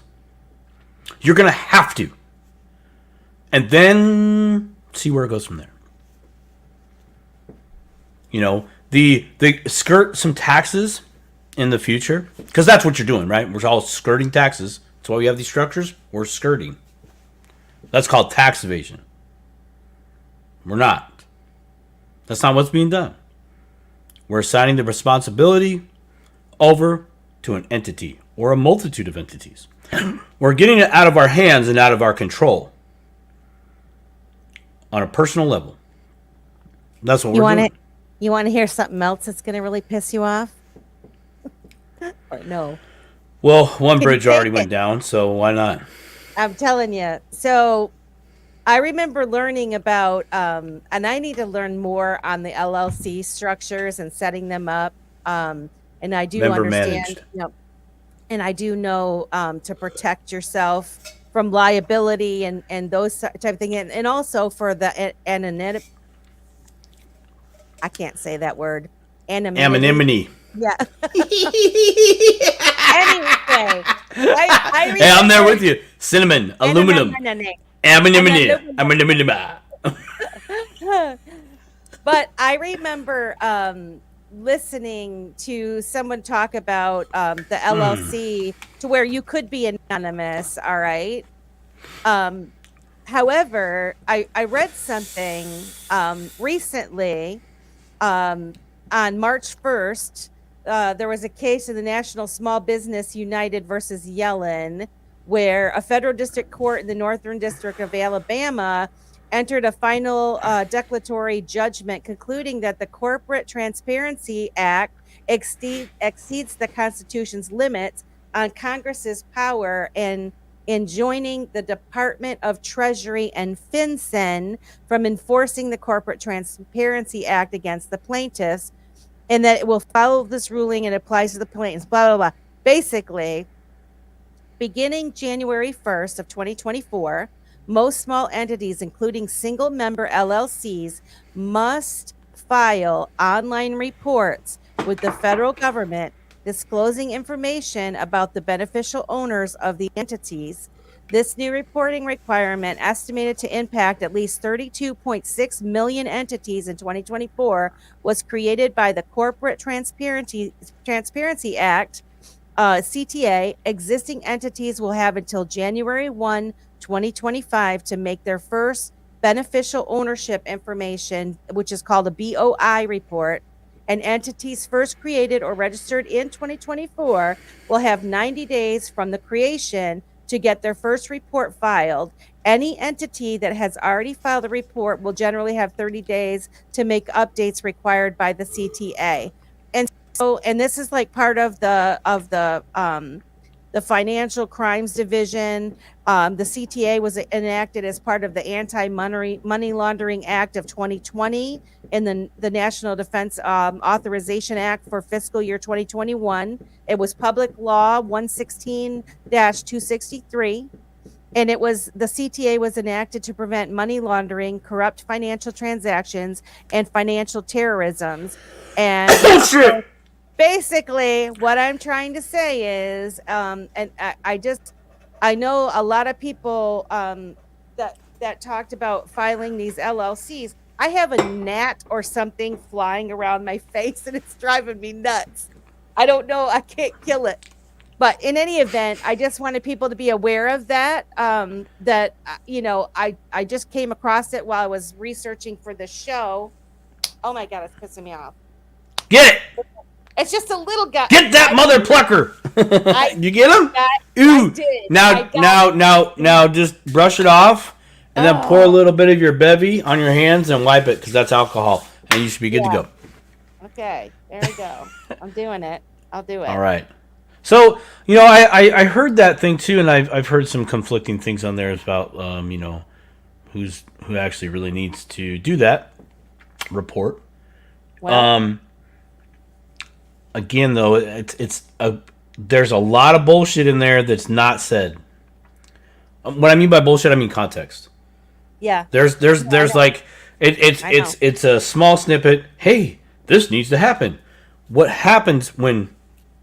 Hey, this needs to happen. Yeah. It's this process that we go through that goes, oh, that's me. Time out. Flag on the play. Are you sure, unequivocally, that that's you? Yeah. You better prove it to yourself, one way or the other.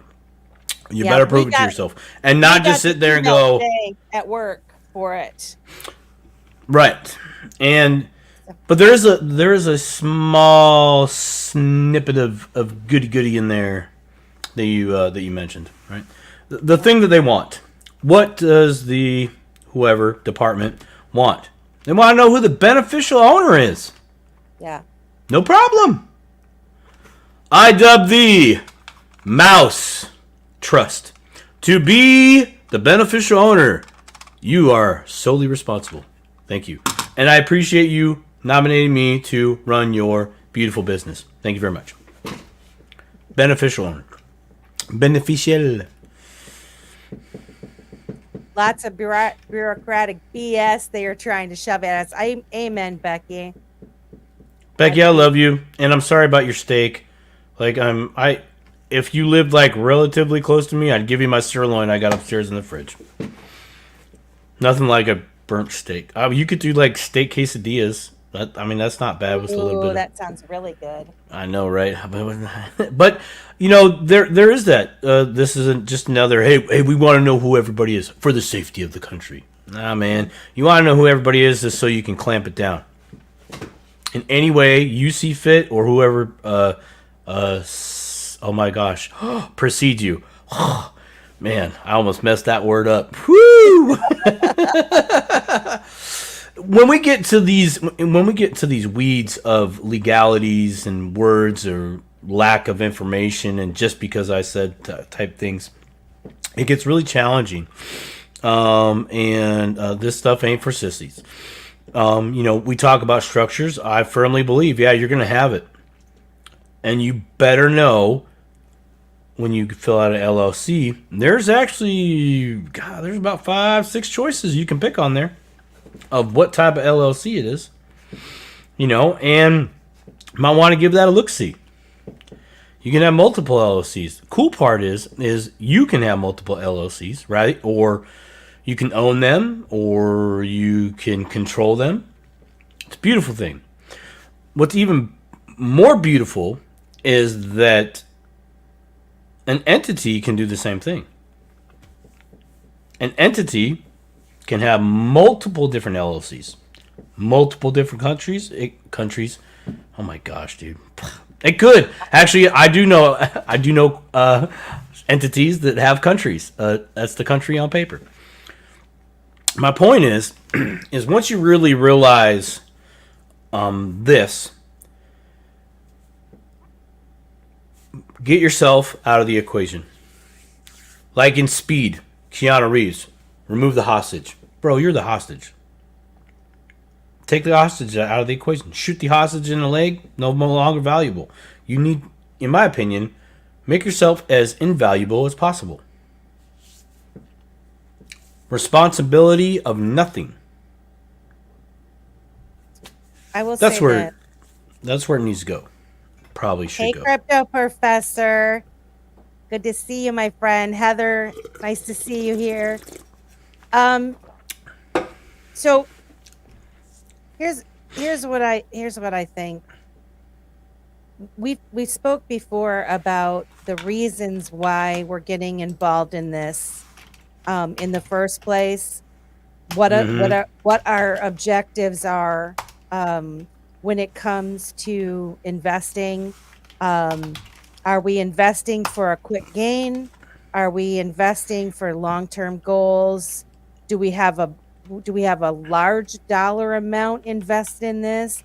Are we just dipping our toe with a couple $100? Okay. So when we start talking about these different entities and things, those very well might be a great solution for people that have big money or expect to have big money coming in. Okay. When those things do cost money, a good lawyer costs money. You can do it on your own, but you need to really study up on it and Absolutely. to do it And you yourself. should be doing that anyways. Don't trust a lawyer. Because there are people, but I mean, it's just not as easy to say, set this up. And then there's responsibilities that come with it. And so it's just like, owning crypto, know what you hold, understand, the basics at least, and how to navigate this space, right? And so that's where last show we had, where I was saying there is another one. Last show I was saying about the Roth, okay? Putting your money in a Roth, and we compared it to having putting money into a 401k through your work, and you just forget about it. You put it in, it's going to be handled, and you don't think about it again. And for some folks, that might actually be a wonderful solution, that want to dip their toe, or maybe have some larger amounts in there, since we are at the beginning of this, to where we're so early right now with the price points on some of these things. If you're able to buy them and put them in a Roth IRA, or a self-funded Roth 401k or something like that, where it's going to literally grow tax-free, that is just an easy solution than trying some of these other things. However, it also depends on where you're going to get your money from. If you're a minor, setting up an LLC, and you have business, as a business, right? And all your income, and you're trading, and you're doing all these things, there is going to be a lot of expenses that you'd be able to write off against that. And so having to file corporate taxes and things like that, depending on what kind of LLC you actually form, it might be worth it, because you're going to have income that's going to offset those expenses, right? But if you're just doing it to do it because you're wanting to own crypto, it just it the cost of it itself might be more than you got, you know. What does Elizabeth say here? Because Elizabeth's a lawyer, she knows. We were totally fighting over who to put that Yeah. up on the screen. Click I know. on, click on. I do it. No, you do it. I do it. No, I want to do it. Open LLC or S corp, then use an SEP IRA and contribute to it via the corporation. Okay. All right. So my question for you, okay, hold on. Here's Elizabeth. Oh my goodness. Are you handling the things? The contribution is a write-off for a corp, and the employee, which is you, don't have it as a taxable event. I trust crypto IRA, and you can invest in BTC. Yes, I trust crypto IRA. I agree that you can do that. Elizabeth, when you can you answer me this question? If you did, so your earlier thing, you said open an LLC or an S corp, then use the SEP IRA and contribute to it via the corp. So do you have to have a legitimate business if you open an LLC or an S corp? What are the rules on that? I mean, Do you know an LLC is? Do you know an LLC is a person, right? Okay. Well, what's the S corp about? What's The S corp? The S corp's a person too. It's its own entity. Only the S corp versus an LLC. The S corp. Money. Correct. You have to be making money. This is my point about opening these things. Okay. Okay. So what you have to be making money? How? Let's see what what does she say? You have to be making money. How, Elizabeth? Can you be making money if you're just investing? Can you open up an LLC with an S corp as your entity designation, and yes. Just have an investment where you for just your cryptos? Is that fine? Yes. What are your expenses, Simon?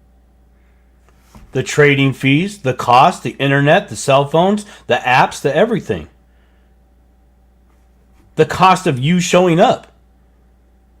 What is she saying? Everything that it takes to do the transaction, my man. Yeah, I don't know. I know that, yes, if that's your business, I'm just saying there are a lot of people that do open up these things that are not legitimate businesses, and they get into trouble with it later. So I want to know what the business is. I say ask. I don't want to misinform. Okay, you're looking at. You need to be a storefront, repair, fix it shop, sewing needle. What? Didn't say that. Business. Didn't say that. Didn't say that. Okay. Then let's define what a business is, right? And let's define the structure of an LLC, an entity, or an S corp, or a trust. Yeah. But you don't need a business license to have an LLC. No, you don't. You don't need to register You don't need to register for a business license for the LLC to buy and sell crypto. No, you don't. And that's it. That's your business thing right there. And she's talking about an S corp. An S corp, you even have like that's your filing status. If you're running a business as a trader, so that's the answer to my question. Yeah. Well, that's not what you're advising. So I should create an LLC for my sole proprietorship. Content creator is a business. Yes, content creator is a business. I was watching something on that too, in terms of, the different business expenses that people were trying to get away with as a content creator. And they were trying to do like makeup and clothes and all of these things. And apparently there's been issues with it since this is all new, where people are trying to deduct stuff and they have no income coming in whatsoever. So you might be able to get away with that initially as a startup, and you know, to offset. But then as the time goes on, if you're actually not making any money and you continue to try to write stuff off, you probably would get in trouble with that. In, you know, I mean, I err on the side of caution, people. That's just me. You know, I'm not recommending that anybody listen to me whatsoever. I'm not a tax professional. I'm not a financial advisor. I'm just telling you the things that I've kind of come across. Um, Elizabeth says an S corporation instead of sole proprietary because you get hosed on taxes and also other great stuff. Okay. Um, cannot deduct that stuff. What is she saying? She can't deduct. Your content creator. Oh. The content creator comment. Startup max is $5,000. And yes, okay, you have to be profitable in 3 to 7 years. Thank you, Elizabeth. This is and can never deduct makeup. Thank you, Elizabeth. See, she understands kind of what I'm trying to say. With which some is of this. what Can't, you know, makeup, clothing, and stuff. Which is, if you have to understand what, when you're setting these things up, they have to be real. It has to be real. So okay, but it has to be real, dude. This is where I'm at. Where's the fake and where's the real? Like, where is that? Where are you seeing that? Where's the fake and where's the real? I'm just saying, Get what that is motherfucker. the business? I know it's making that. Well, I mean, what is the business? So she answered me and she said you'd be a crypto trader. Okay, that's the business. That's what my question was to her. You know, so I that's just the didn't real. know. Is that the real part? Yes, it has to be real as long as you are making money that is real. Yes. So and that makes sense to me. But I'm saying, I've heard of people I'm not saying you said this. I'm just saying I've had people say they're creating these LLCs and all this stuff, but they actually have no business. They're not even doing anything with it at all. You mean okay? When you say business, you mean conducting a transaction. I guess. I mean, if you're doing it, or you have to have initial capital to do the thing, or property has to be transferred over into the thing to do the things. Whatever those things can be under the letter of the law. If you open up, so like Elizabeth was saying, it's crypto trading. Okay, so now I'm understanding, like, you open up the LLC, you do the designation of an S corp, and you're a crypto trader, and it is the business itself is what is doing the buying and selling of the cryptos. And then, Elizabeth, would you be able to pay yourself as an employee out of that as the quote unquote trader, as an expense to that business, as to that S corp? Because if you do it that way, it doesn't pass through. Because I know, like, with some LLCs, depending on what kind you have, it trickles onto your personal tax return, and then other ones have their own tax return. So there's a difference there. So it gets a little bit tricky in my understanding. So yes, you have to pay yourself a reasonable salary. And so, all right, so are you saying that you could set up an LLC, do a designation of an S corp as a crypto trader, do all your trading and investment within that S corp, and pay yourself a salary? Is that how you would do it? Let's see. Yes, return earnings, profit loss. Retained earnings. Is a profit loss. There you go. But the S corp has to file a tax return also, right? So there's the expense for that as well, with doing it. Otherwise, if you didn't do the S corp designation the income would actually flow to your personal tax return, correct? 2 returns. You have to do 2 returns. Yeah. So this is all I'm saying, that there's more to it. So I just don't want people to just take it as face value as this is something easy that they can do. You can do it, but asking the questions, what is your business? Now I know it would be considered a crypto trading business. However, though, Elizabeth, I've heard that people have trouble getting bank accounts and things like that open if it has anything to do with crypto. So what do you do with that? What do you do with that? You just Simon? say you're a property and real estate investor. Done. Property and real estate, investor. That's it. Property. That makes sense. I like it. So I mean, and then Real estate. then you have the. We're gonna have to. I'm going to use my words. I'm going to use my words here for just simplicity. Then you / LLC rather, the LLC and S corp have the ability to get involved in whatever lawful, legal business they would like to. They can do whatever. Even if you said real estate and property investment, you can go flip burgers at Dick's Drive-In if you really wanted to. Yeah. So, but there is different LLCs. There's different reasons to do an S corp. The beautiful part is there. Yeah, I know enough to do some good things. Why one person would even do an LLC, maybe, or maybe do an S corp, or do both,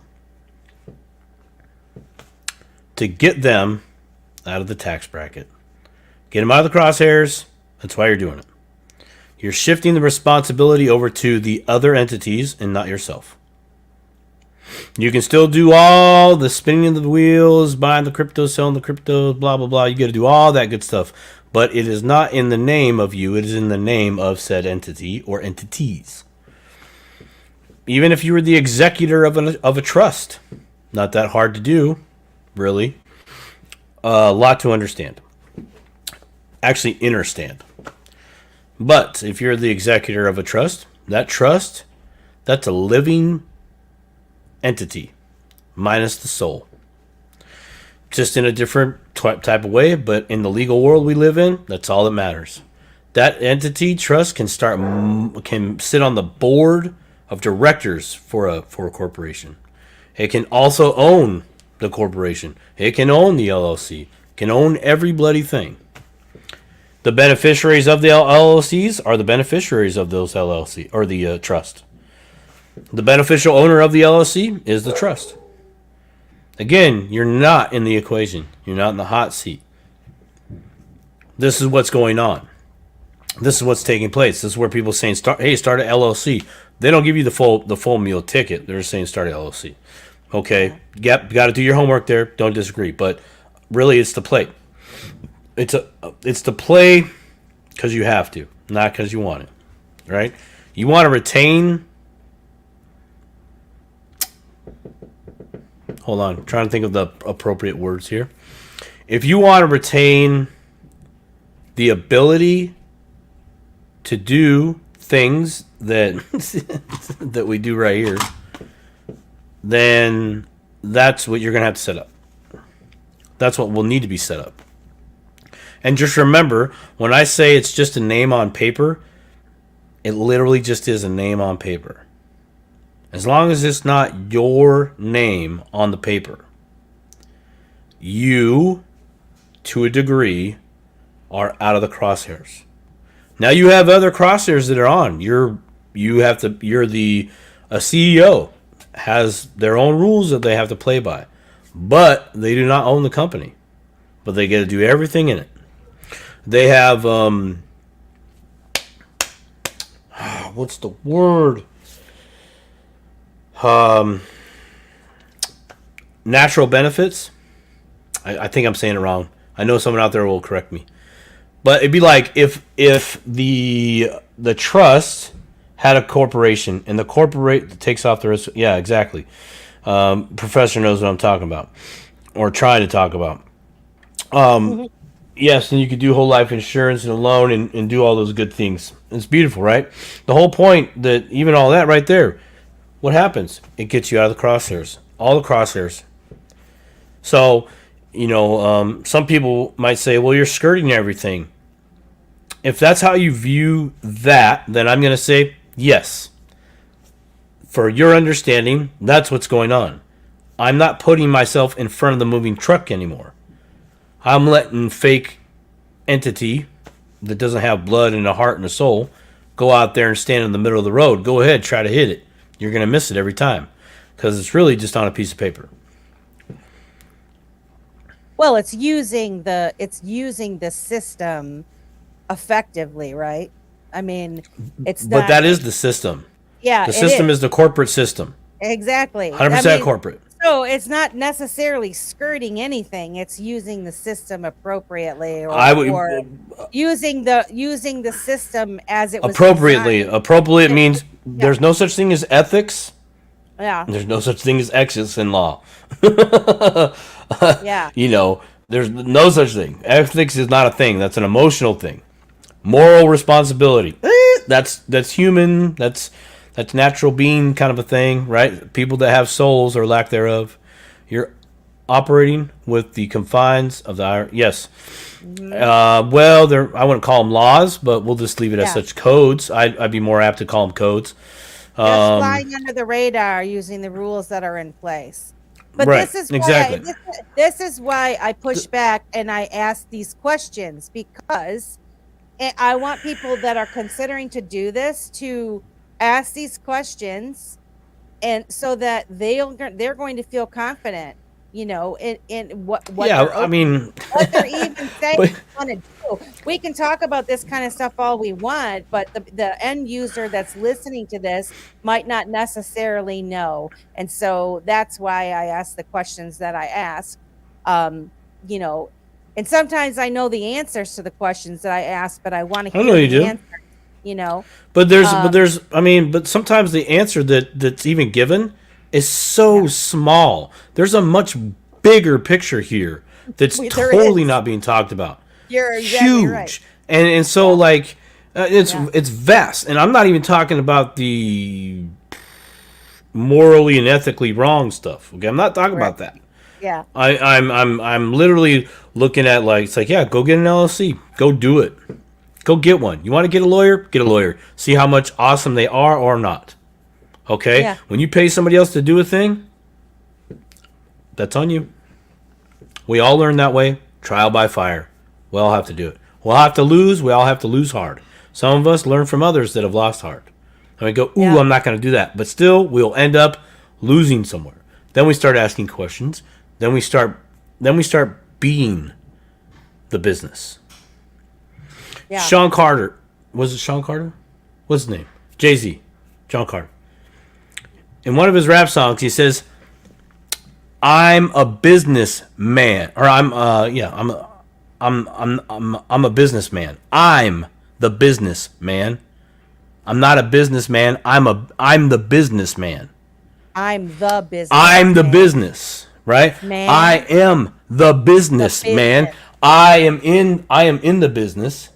I run the business. I think about the business all day and all night, because if you learn how to associate business as being functions that you do throughout the day, aside from physical activity, it's all business. A transaction is business. Judgments are business. Orders are business. Business, business, business. Transactions, transactions, transactions. Everything else is just in one hole, out the other, and good night. I know. But we get lost in that because we don't know that. Every decision you make is a business decision. Wanted to take the kids out to go eat tonight? Why? You just spent some resources there. Not a good idea. Or maybe it was. It's a business Maybe decision. Maybe it was delicious. Maybe we talked business at the dinner table. Business. You know, and so the structure thing has a lot of merit. Yeah. So you'll choose. You will choose. You will choose to either. Huh? We need to get someone on here that can explain. We need to get multiple people on here. We do. I mean, damn it. Because we're going to have to do another show on this.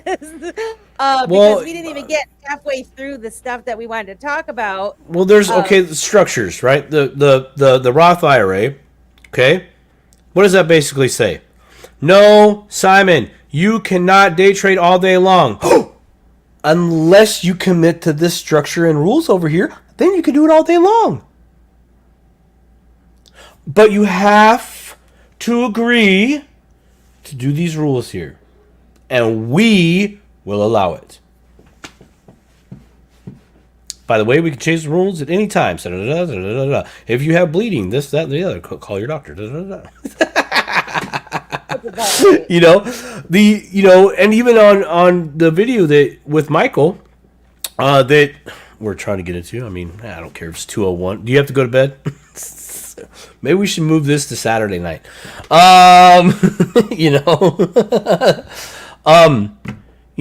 With Michael, he talks about the first thing I do is going to set up an LLC. Ding, that's clue number 1. And then I'm going to set up the Roth IRA in the name of the LLC. Again, he's done 2 entities, 2 things, right? I'm going to do a thing, and I'm going to put the LLC in the responsible position. As in, you're going to take the heat. You're the whipping boy, so to speak. By the way, that was a good book. Do you remember that book? Did you ever read that? Never mind. Elementary stuff. Conversation for another day. But that's what's going on there. The other side of it, aside from the obvious answer, is why do we have to?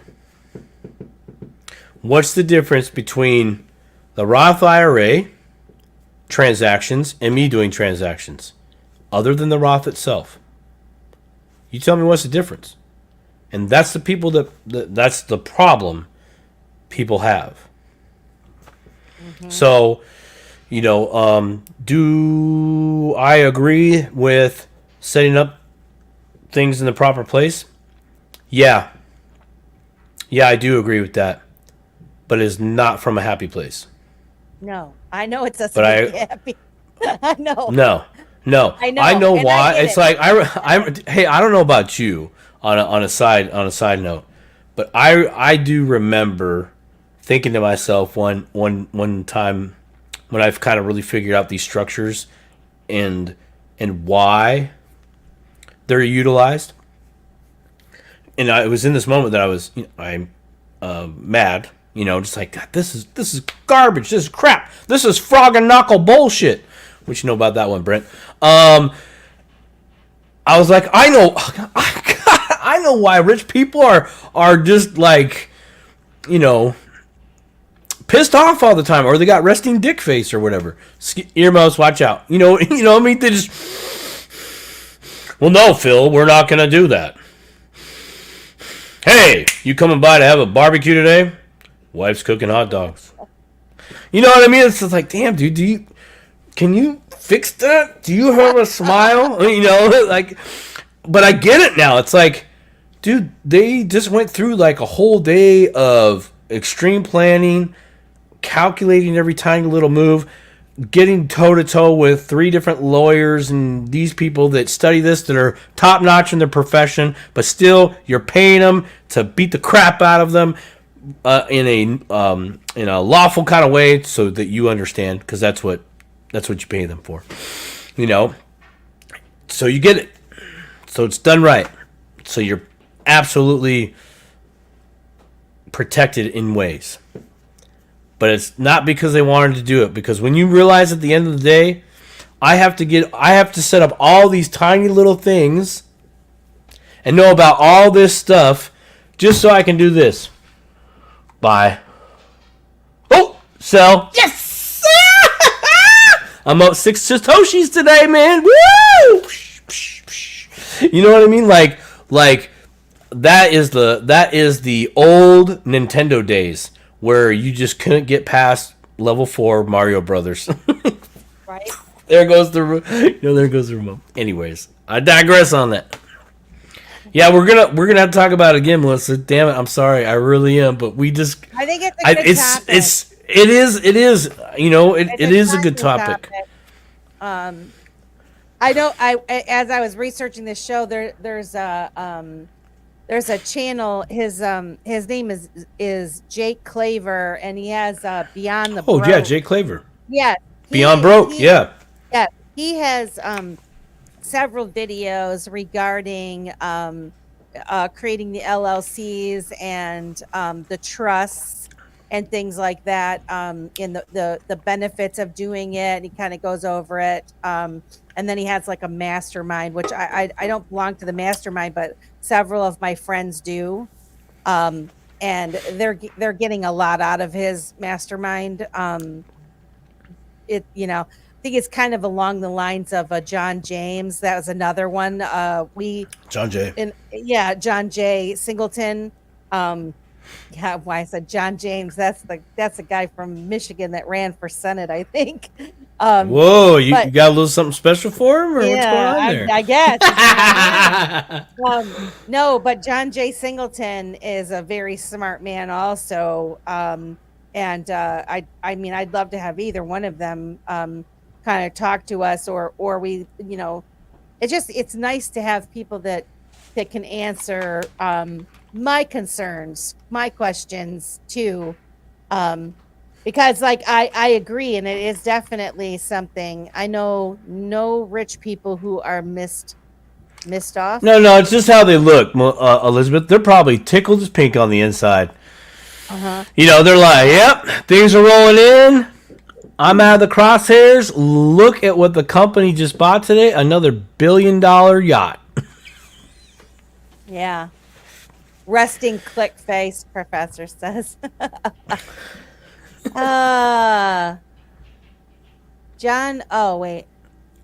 John Jacob Jingleheimer Schmidt. That's such a clown. My name too. Nope, not gonna do it. Not gonna do it. I like it. And then Becky was right with it. Hey, before we go, while we're having fun times here on the Dip-Toe Let's Talk Crypto show. Anybody that's on my channel right now, go to @Dip-A-Toe. Go over there and subscribe. I'm probably gonna I'm gonna live stream maybe 2 more weeks off my channel. So I want everybody to go over there, because that's where the lives are gonna be for the Dip-A-Toe, because we are Dip-A-Toe. So if you're on my channel right now and you haven't subscribed over to Dip-A-Toe, please do, because I will be stop streaming the feed to my channel, just because we want to do everything Dip-A-Toe. Thank you, Melissa. You're welcome. Yes, it would be nice. The last time I looked, we had 20 subscribers. And we got 43 people watching today, so it'd be awesome to have 43 subscribers over there. It's hard to grow, get yourself out there for people. I think, once people know, it'll be awesome, but we're trying. We'll get there. A lot of stuff here. A lot of stuff to chew on. Maybe next time we'll talk about. I do have to Sorry. go. I do have to go. But next time I want to talk about what an investment thesis is and the importance of that. Because thinking about what your plan is, what you're invested in, writing it down and making a plan, all those things are important. And we are coming up to some pretty wild times this year. And there's just so much stuff going on.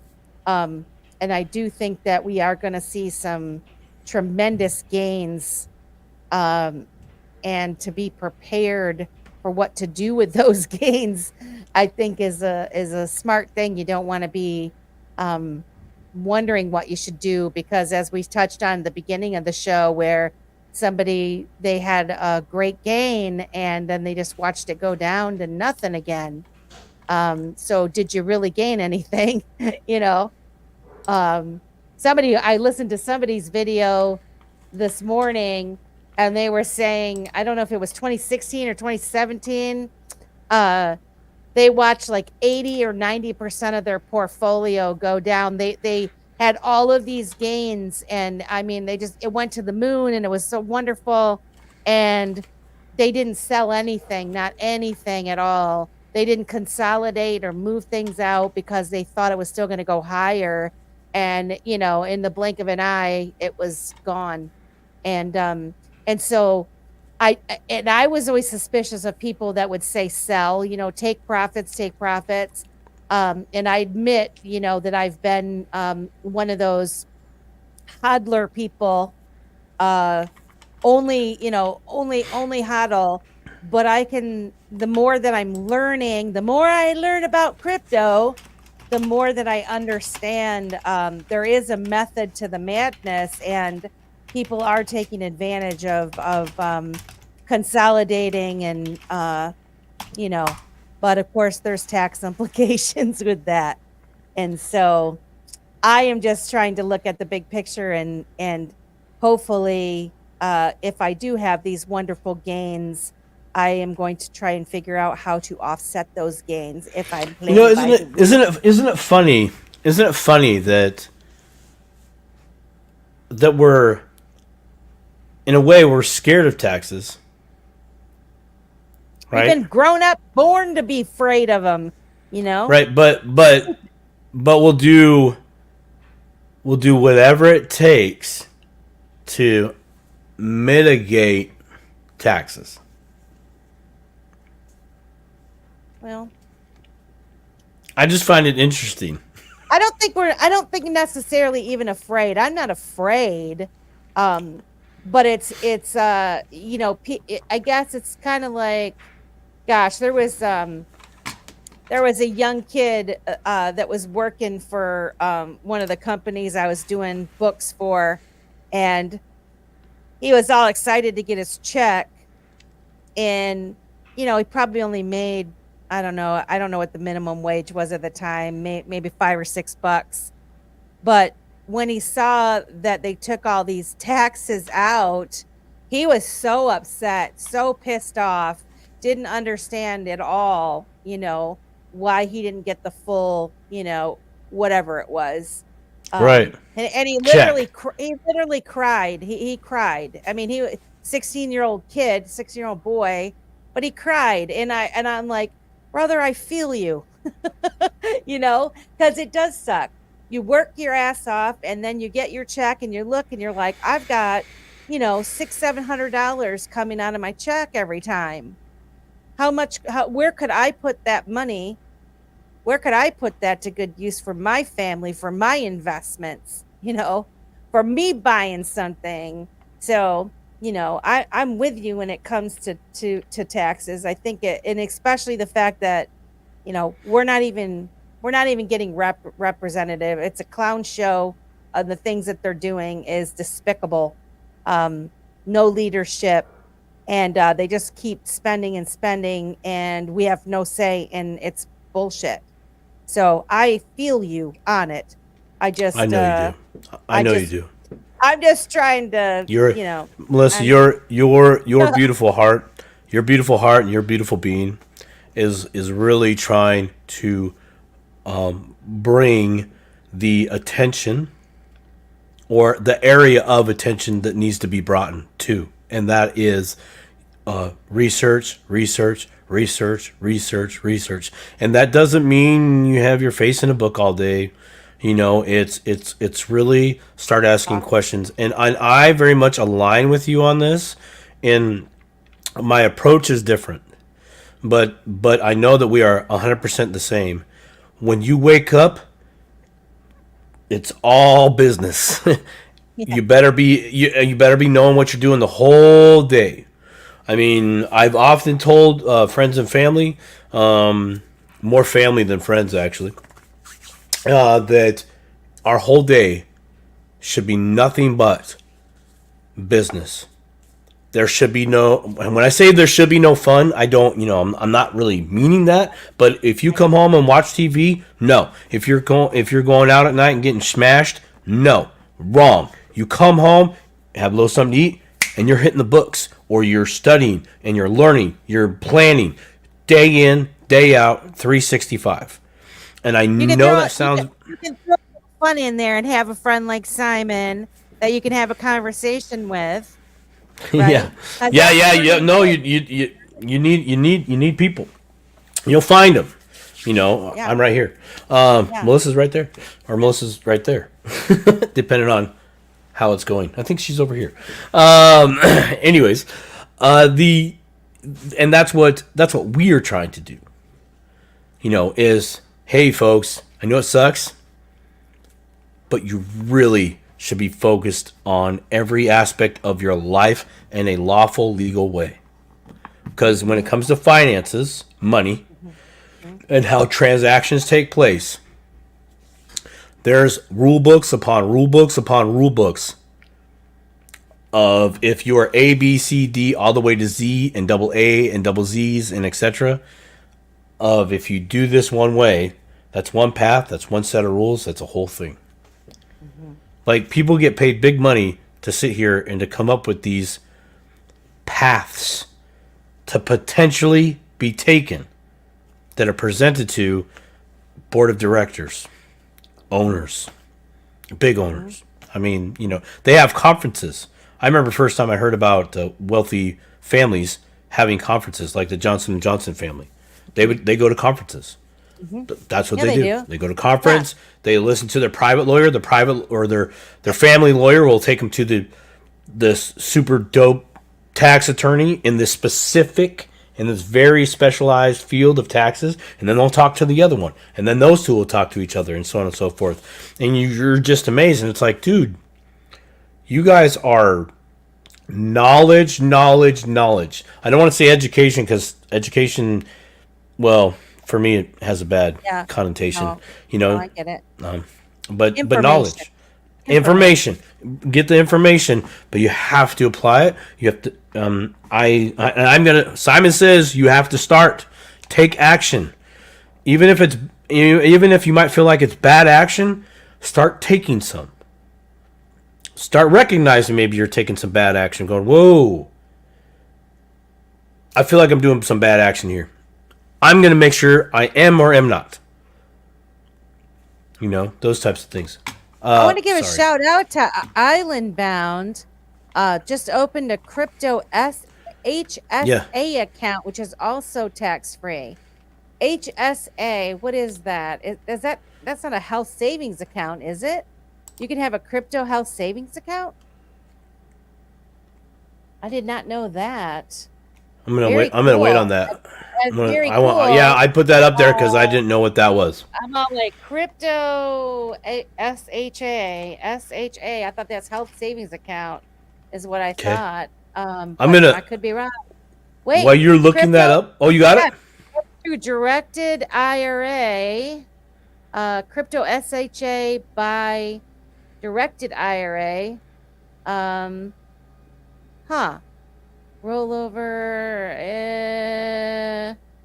What are the fees for the I want to know what the HSA is. Or what it stands for? Yeah, it's a crypto health savings account. That's fantastic. I'm going to look more into this too. Thank you for letting me know about this. This is the first. I did not know. I'm like, now cool. There's more. There's more for me to annoy Simon with. No, bring it. Well, hey, just know that all these things that are coming about, they're all part of that old system. They are. So I mean, it might look good on paper, but yes, I did want to get to that one too. Actually, yes, Brent. Actually, there's a trading bot that I'm beta testing. Message me on Messenger. I'll give you the details of how you can register for the Auto Crypto Investor. Kill that gnat, dude. I'm gonna reach to the screen and get it for you. I'm gonna get it. It's bugging you. I can see you just. It makes me insane. I don't know where they came from, but I've noticed them the past couple of days. I actually got one of these sticky things in my room. I think it's from that jade plant that we brought home. Like, I think maybe they were because It's we gonna never die. had. Why'd you bring another plant home? No, that. But I don't know. I gotta figure it out though, because it's really annoying me. I hate these little things. They're like they fly around my face and Yeah, no. Oh yeah, Brent. We'll have another show on the Auto Crypto Investor because that's going good for a lot of people. So the autocryptoinvestor.com. Right corner, click enter, and then you can register, and then hit me up on Facebook Messenger, and we can have a private chat about that, get you on board, because we're in beta right now. There was another one, I thought, but maybe not. yep. Oh, yep. So see, listen, this is what he opened it with directed IRA with Michael Kohler, that video you ran the other day. Michael Kohler. Yeah, so are you careful? Yeah, I'm telling you. He definitely, that guy has some strategies. I actually watched another one of his videos and I was gonna kind of play it today, but we went a little bit off the rails, or I did. But he definitely has some good information. If you're playing in that sandbox, I think he does have good information. I want a structure that says I can buy and sell all day long, and reap the rewards right there. Instant gratification. I don't want to wait till 59.5 or whatever. Oh. Becky told me to pour boiling water down all the drains in the house twice a day for a few days, then once a week. Gnats will go away. Thank you, Becky. Damn, that's some cold ass shit. Can you imagine if you're in that world and you're just chilling there munching on some garbage disposal goody stuff, and all of a sudden here comes the boiling hot water from the Lord? Literally, you guys, I feel like freaking Pigpen from Charlie Brown, because I've killed like probably 4 of them since we've had the show, and I just saw another one. I'm like, where the hell are they coming from? It's making me crazy. Is your alcohol open? You said you were having a blueberry something or other. It's empty. I done drank. Well, that's usually when they show up. Oh, they really? like the sticky on the sides, yeah. And if you're probably not a beer drinker, but if your man is and he's into IPAs, ooh, yeah. Coaster on top all the time, especially during the summer months. Mm-hmm. Yeah. I don't drink anymore though, so I'm retired. All right, guys. I gotta go. I'm so thankful that you all stuck around this long. To the 45 of you that are watching our show, please like, share, and subscribe. Like, share, and subscribe. And yeah, we're loving the conversation, and if there's anything that you want to share, or if you're interested in maybe joining us sometime on the show, reach out to Simon or myself. You know, I'm at More You Know Crypto on X, or you can comment under one of the videos, or you can send us an email at pt2.show@gmail.com. And we can have you pop in if you want to join us, you know, and actually talk. You don't even have to have your camera on, you know, but in any event, we're happy that you're here. Can we do that? What? Yeah, we can. I mean, that's why I've. Can we hold on a sec? I want to try. Can we? You gotta go. Damn, I was gonna do an experiment real quick. What were you gonna do? I was gonna drop the link in the chat to see if someone could just click it and jump in. Well, I would. Well, we did that with the one guy before that came in. Remember? Yeah. Well, I mean, well, we can just kick everybody out that we don't want. We'll just accept 1 or 2 that do want. Just real quick. Another time. Elizabeth says do it. Okay, she's at the ready. Let me get it here. I'm just send gonna. it just to Elizabeth. Can't you send it just to her? No, I don't know how to do that.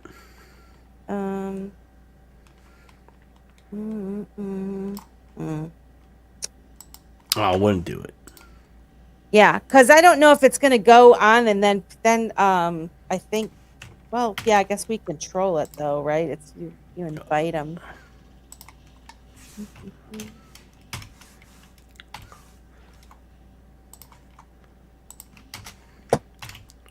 Okay.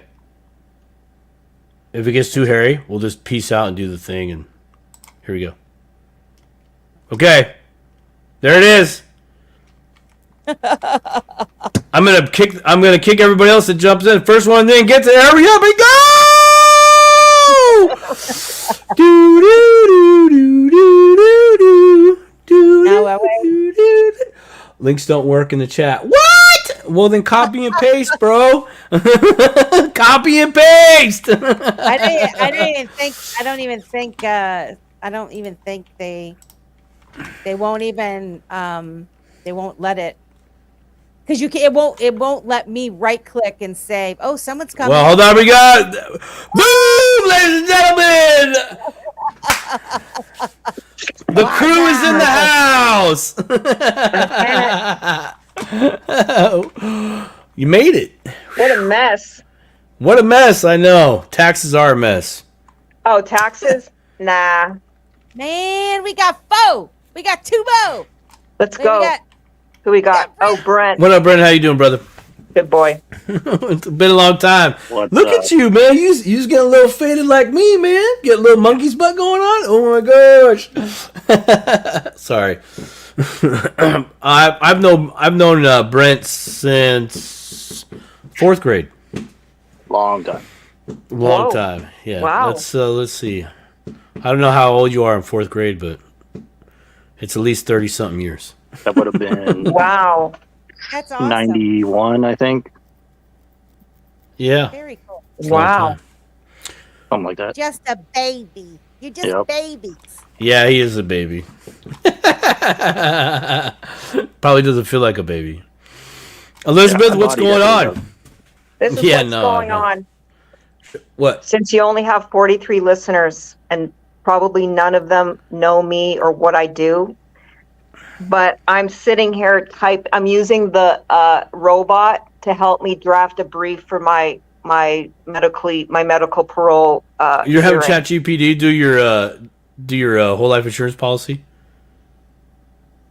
No, Okay. You're no. having it edit it for you, though, right? I'm just telling you, this thing is Amazing.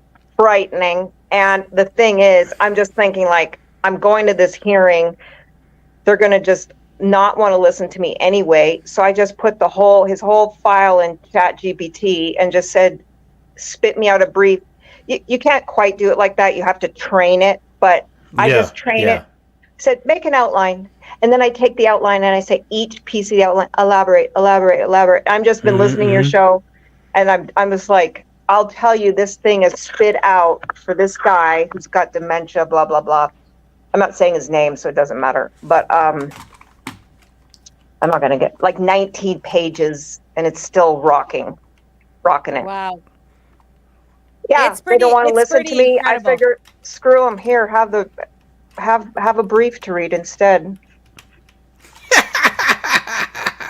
I love this thing. And actually, the reason I got onto it was Alan and we paid for this little content creator masterclass thing or something. And it had all these great ideas. And he was like, here, pop this in here and do this. And you can do that. And did you know you could do this? And my mind wasn't thinking content creator. My mind was thinking, oh, when the governor sends me the en banc letter after I already got my guy granted parole, and now that the governor's like, whoa, I don't think it was a good idea anymore. So then I have to write this whole brief for it. And I'm like, just jam it in there. It just spits out this whole like narrative about why the grant should be upheld. Done. Because I used to spend a whole weekend doing it. Shameful. I'm totally ashamed. No, this is not shameful. This is technology at its best right now. Roll, baby, roll. Well, Last plus generation of real training humans. you're training it with, and refining it every time as you use it. And it's probably putting things out that you would have written anyway, but Well, a hell of a lot quicker. I would say no. I would say it's a No. much better writer than I. Much better. The only thing is, it doesn't like certain topics, which I won't mention on your show because it's not. It's whatever. Yeah, we're not on Patreon. Yeah. I won't say it. We're not on Patreon. ChatGPT is like shuts me down. You're violating our policies. I'm like, I represent the guy. That's his crime. I'm sorry. That is his crime. Yeah. But no, shuts me down. No, poo poo. So I can only what- do like gang crimes. I can only do domestic violence. I can only do like whatever. Nothing dicey. But if anybody wants help using the robot, Oh, I've been yeah, obsessed no, with this thing for weeks.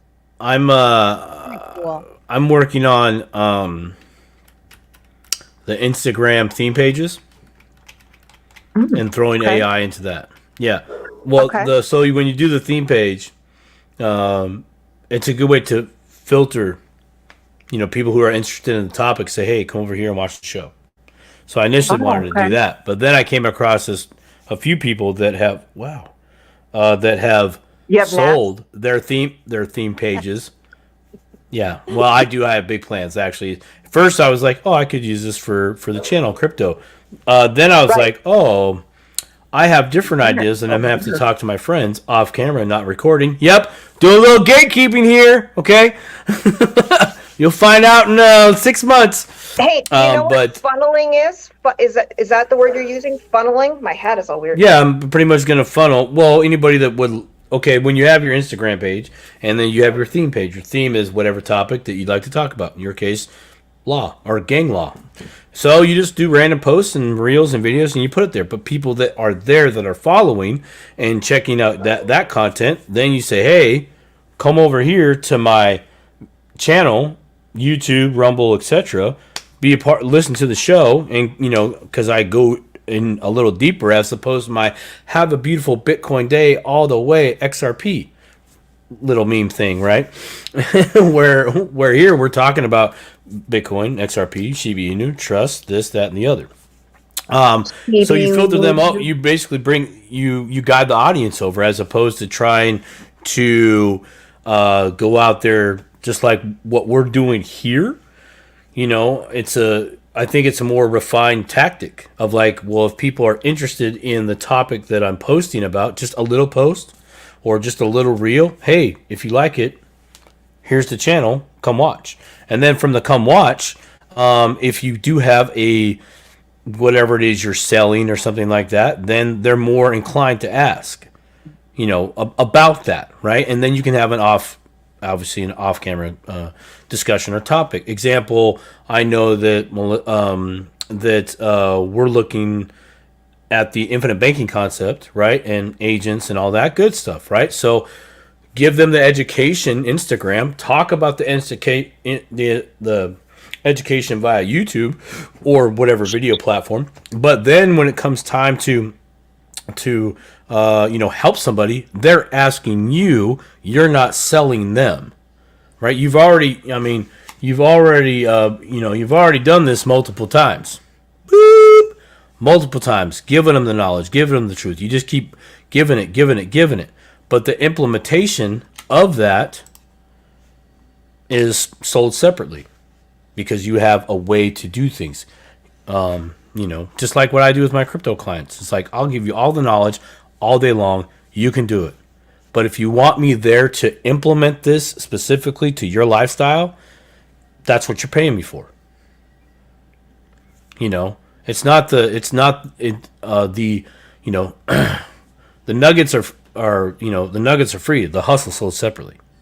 How to implement into your life, like what Melissa is dropping here, all this knowledge, right? What Michael He's dropping knowledge. I'm going to set you up with this. We're going to do this. He's throwing you the knowledge. Look, this is what it is. These are hard facts. Get the LLC.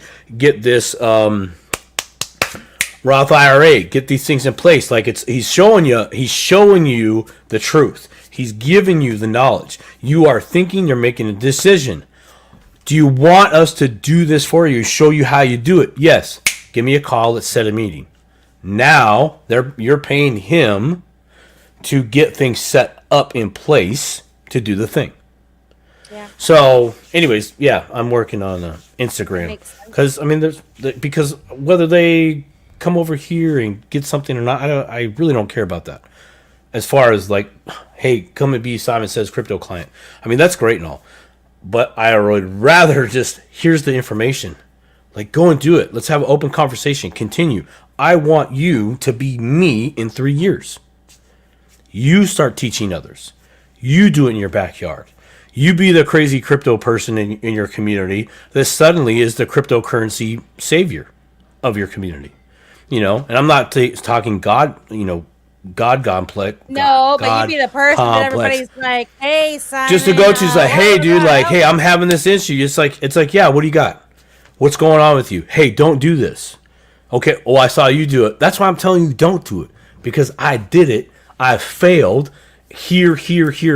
If I would have did this way, I would have been winning. But I'm not. So I want you to win so I can at least say, oh, you did it. You did it. Yeah, you did it. Yeah, you did it. Yeah. Oh, man, I'm glad you guys are all doing it. Can you buy me dinner? Yeah, right. Well, can I get a bacon cheeseburger? Hold the bun, extra lettuce. Daddy's got to lose some of his sexy. It's that. It's that. A lot of the people that I actually watch as a content creator, it's information, it's knowledge on different topics. I watch because they're showing you the business or the thing, whatever. I would love to watch Melissa research, like for a month, just live cam. We send her the topic. We just watch her go to work, live screen, music background, no face. Just watch the different places she goes. And dude, that'd be fire. Look at that. I just made you $1 billion channel right there. Yeah, research with me. That research with me. World be free. Research with me. Ah, boom! Look at that, man. No, I considered doing that one time, like a day in the life of Melissa. Like, how does my mind work? And people would be like, what the hell? People are like, hold on a second. What the hell is this chick doing, man? I got so I'm ready. Notes. It's ridiculous. I can't even, it's ridiculous. How I am. Hold on. So much information. I got some of this. There you go. I got, at once I used to have sticky notes all everywhere. I have file folders that are sticky notes that I know that are important. Yes. That I just can't throw away. I'm like, no, there's information on there. I just have to go through and reconcile and put on a nice Word document. Never happened. This whole bag is full of notes that I wrote some shit on that I know I don't want to get rid of. That's what I'm talking about. Now. And it is my love song, drug song signed bag. Do you have whiteboard? Do you have whiteboard pens that you'll draw on your mirror in the bathroom? No. Yes, dude, that's awesome. You can write like the play of the month right there. Just leave a little section for the on the mirror that you wipe off, right? And just so you can see whatever you're trying to dry off and do what you got to do. But that's a play. My wife showed me that. She wrote a cute little note on the mirror. It's like, oh, that's cool. I'm like, she's like, oh yeah, I just thought you might like, oh, the note's cool too. Yeah. I'm thinking I got a whiteboard in my bathroom. Sweet. If I'm having a moment, just finished up, wash the old hands. Okay, here's the play. Oh, this goes here, that goes there. Da, da, da, da, da. Shower door time. I need to get a glass shower doors instead of a shower. Ooh, now there you go. A bigger. While you're sitting there just in the shower, water's hitting you, you're getting all zenned out and everything. You're all. Now you're feeling it. And then you're like, God gave me this. Okay. Take it Have a out. completely white tiled shower. Yeah. Right. Oh, man. Water bill's going to go through the roof. Honey, come here and look at this. I already had one today. No, come in here and you look at this. I got the plan right here. That'd be cool. You build that, Melissa. I'll build it, and they will. You come. build it. You build it. I want that. Wait, what's the name of my show? What's the name of my show again? Well, We're recording. You can rewind the. We'll be free. Come learn with me. We'll be free. Come We'll be free. with me. Research with me. We'll be free. Research with me. Research with me. Oh, Zing. Yeah. There's Brent. What's the name of that Tupac song?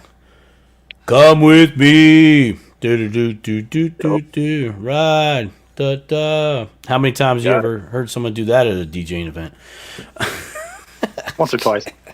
Yeah, once or twice. Yeah. I could see that. That should be your theme song. Do you have to go? It's like 2:40. I gotta go. Is your man gonna get mad at us for keeping you out late at night? He never gets mad at me. He loves me. He loves me. I love this so much. Cool. He doesn't get mad. Awesome possum. Well, Well, cool. I The think link. this was Well, great. cool. Thanks for being our guinea pigs, everybody, for testing out the good old link in the chat. So much for the link not working in the chat. That's what. Well, I tried to. It was me.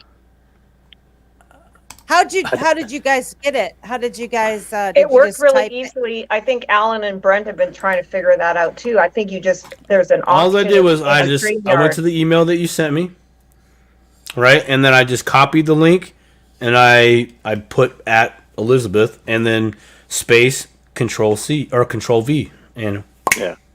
Well, I tried did to it click go- on the link it you went- sent earlier for the crypto trader, and that one didn't work. Did it go? Oh, really? Did it go directly to Elizabeth? It wasn't really a then? link. It was that web address. No, it was just in the chat box. I just hit the link. Yeah, exactly. My link wasn't working. Like I saw him put the link in the chat, but it didn't let me click on it. So I don't know. Although, like I say, because I don't think you want to do that too much, so we have to think of a way. You got like hundreds or thousands of people watching. You don't want to be dropping your StreamYard live link in there. Correct. yeah, it would be You have nice. to email. It would be nice if we could DM within StreamYard. Yeah. I know. Well, they have this huge webinar package thing that I'm thinking about throwing the $50 bill down on per month and just rolling with that because I'm not trying to blast a competitor, but I got beef with them. Some of it's to my own doing. And I take full responsibility of that, which means you got the $219. Never again. I'm out. Yeah. So, and StreamYard has really been stepping up, and anybody can pop on StreamYard. You got the link, you're in there. And I love that. You can be on your phone, Apple, Droid, don't matter. You got internet, you have web, paste a link in your browser, boop, there you go. And see if there's a way that you can, put a password or a code word or something to be able to log in. I think there is actually there is a way. So that can help protect you a little. Yeah. 'Cause I don't, Are you having flashbacks of another time we let somebody come on the show? Okay, try that one. we had somebody come on the live stream on X when Spaces was working, and they were posting porn in the jumbotron. Oh, that's right. Oh my gosh. It was like, Oh. bad. bad Spaces boy. was full of I think it was the majority of was your ladies, right? It was the majority of your ladies that were in that were on Spaces at that time. Like And Rusty, uh Rusty, Rusty was over she was there. Oh, I She's like, know. "Oh, honey, I just want Oh, to let you no. know that you've got some corn in your jumbotron." And I'm like, I know, heard her Texas accent, man. "Oh, Just it was want y'all to great. know. Yeah, good times You had got by all. corn in your yeah." It was that was embarrassing, but we learned. We're learning. We're growing. We're trying. Um, in any event, I appreciate everyone Who's going to stopping by. Vegas? Me, and we're throwing a party. We're throwing a I party. heard. Alan's gonna help. We're gonna this is going to be fantastic. We have some possible other special guesties coming, and we have a place where it's going to be a private location, so that, I mean, it can only hold so many people, so we're going to, let we have some private groups, and Alan has his Patreon people, and then there's a couple other folks that has some people. I can confirm that the fellas from Reaper Financial are going to stop by. Love those guys, Patrick. And Gotta Be does the Saturday night karaoke. He's actually the Bye, Brent. CEO of it's the Ark Invest, if I'm not mistaken.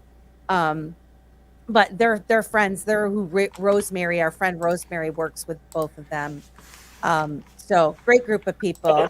But anyway, we're working on the deets, and there'll be more information to come that we'll share with our audiences, and try to get as many people out there as possible. Hopefully, Simon, things will come around and you'll be able to join us, because I've discussed like the family being together.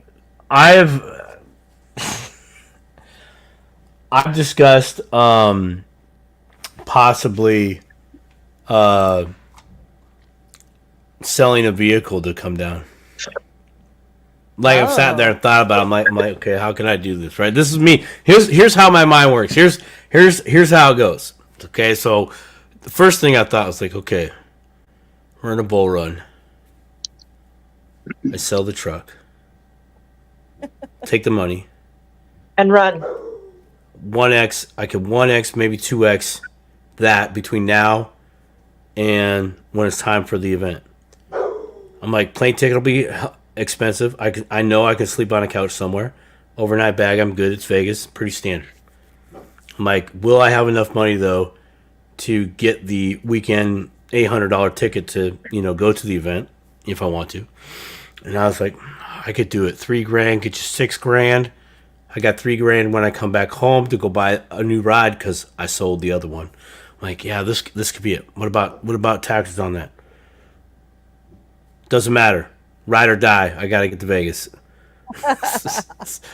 I'm about 3 days away from making my decision if I'm actually gonna do that. Don't do it. Yeah. Quit being the voice of reason.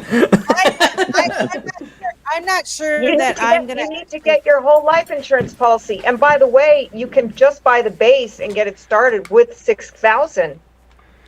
I know, but I can't borrow against it because the base has been met, right? I thought about that. You can't borrow against it right now, but it's still relative to the entire price of it. Yes, the bigger picture. Yes, all I'm doing 8-week maximum thinking abilities right here. I'm just trying to find a way to get to Vegas. You don't need to go. Come on, Iraq. Let's go Iraq. Come to Vegas.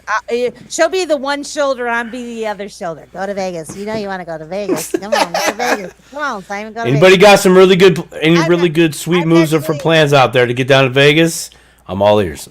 I'm actually not sure that I'm buying a conference ticket. Alan tells me I have to, but I haven't done that yet.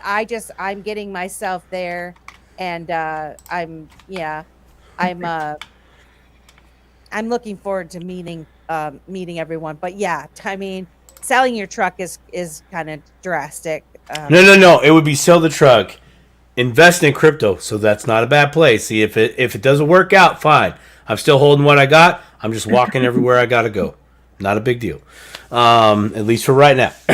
So it wouldn't. It's not. I don't really do the sell the thing just to get to a place. Like I don't do that. Sell your truck anyway? Are you already thinking you want to sell your truck anyway? Because it could go down the road. I'm probably if I sold the thing, I'm only gonna get maybe 1 year newer if I were to sell the truck, right? Yeah. But my way of thinking has drastically changed as opposed to, hey, just sell this and I can get this if I add more money. Like no. I sell that thing, I take that cash. How can I exponentially grow that cash in X amount of time to get newer truck, to have this investment, and to do this? Like that's how what I've gathered from very wealthy people, how they think. How can I take the one thing to get 3 or 4 things, right? And time is the variable there. For it. They get an asset for it or something. Exactly my point. Income. Right. So truck, cash, crypto. No. It's a thought. I'm not. Come on. Like I got other things going on. I just can't be like, cool. I'm just saying I thought about it. Trying to get creative. That's how I start the spark of inspiration. I thought about, okay, if I take the truck, what if I got the trailer, or I get a bigger trailer, rent the trailer from my buddy, do over the road loads down to Vegas, drop them off. There's my gas money and all that. Time to come back, book another load from Vegas to California. Stop by Alan's house for a night or two. Then we'll go from California. Then from California up to Portland. Don't recommend going there. Got good donuts though. And then hopefully making my way back home. I got family that lives Have in a garage sale, Simon. There's not a lot of quality items in the garage. What'd you say, Brent? I got family that lives in Vegas. So there you go. Boom, done. Cool. See, no hotel needed. Yeah, Dunzo. Now I did think about doing the Utah run and hooking up with some family I got down in the Salt Lake area, which is pretty deep down there. So that wouldn't be a bad idea. This could be a good idea. Have a garage sale. Yeah. Or I could just orchestrate others for garage sales. Okay, we're getting totally off track. Poor Melissa's got to go. She's an hour overdue. Tomorrow is really going to not be good for her at the work. So I don't feel bad for the people she has to work with. She's an angel. So just stay out of her way. Let her do her job. If she happens to be on the phone talking to a co-host, let it go. Let it go. Thanks. Nobody knows. Well, I want to thank everybody for coming. Thank you, Elizabeth and Brent, for popping in and testing this out for us. Thanks for having us. 47 folks still listening, still going strong. Shout out to Slave, Professor, Becky, Lisa. Lisa. Yeah, Miss Lisa over there, east of the Cascades. Love it. Yep. Yeah, Thank you for coming. That stopped by. We really appreciate you sharing that information on the crypto HSA. Yeah. That's awesome. So more ways to keep right, you in the guys. system. Till next time, next week, dip a toe. We're probably talking crypto taxes again. Well, these are the deuces. We're all cabooses. Have a good night. Bye, guys.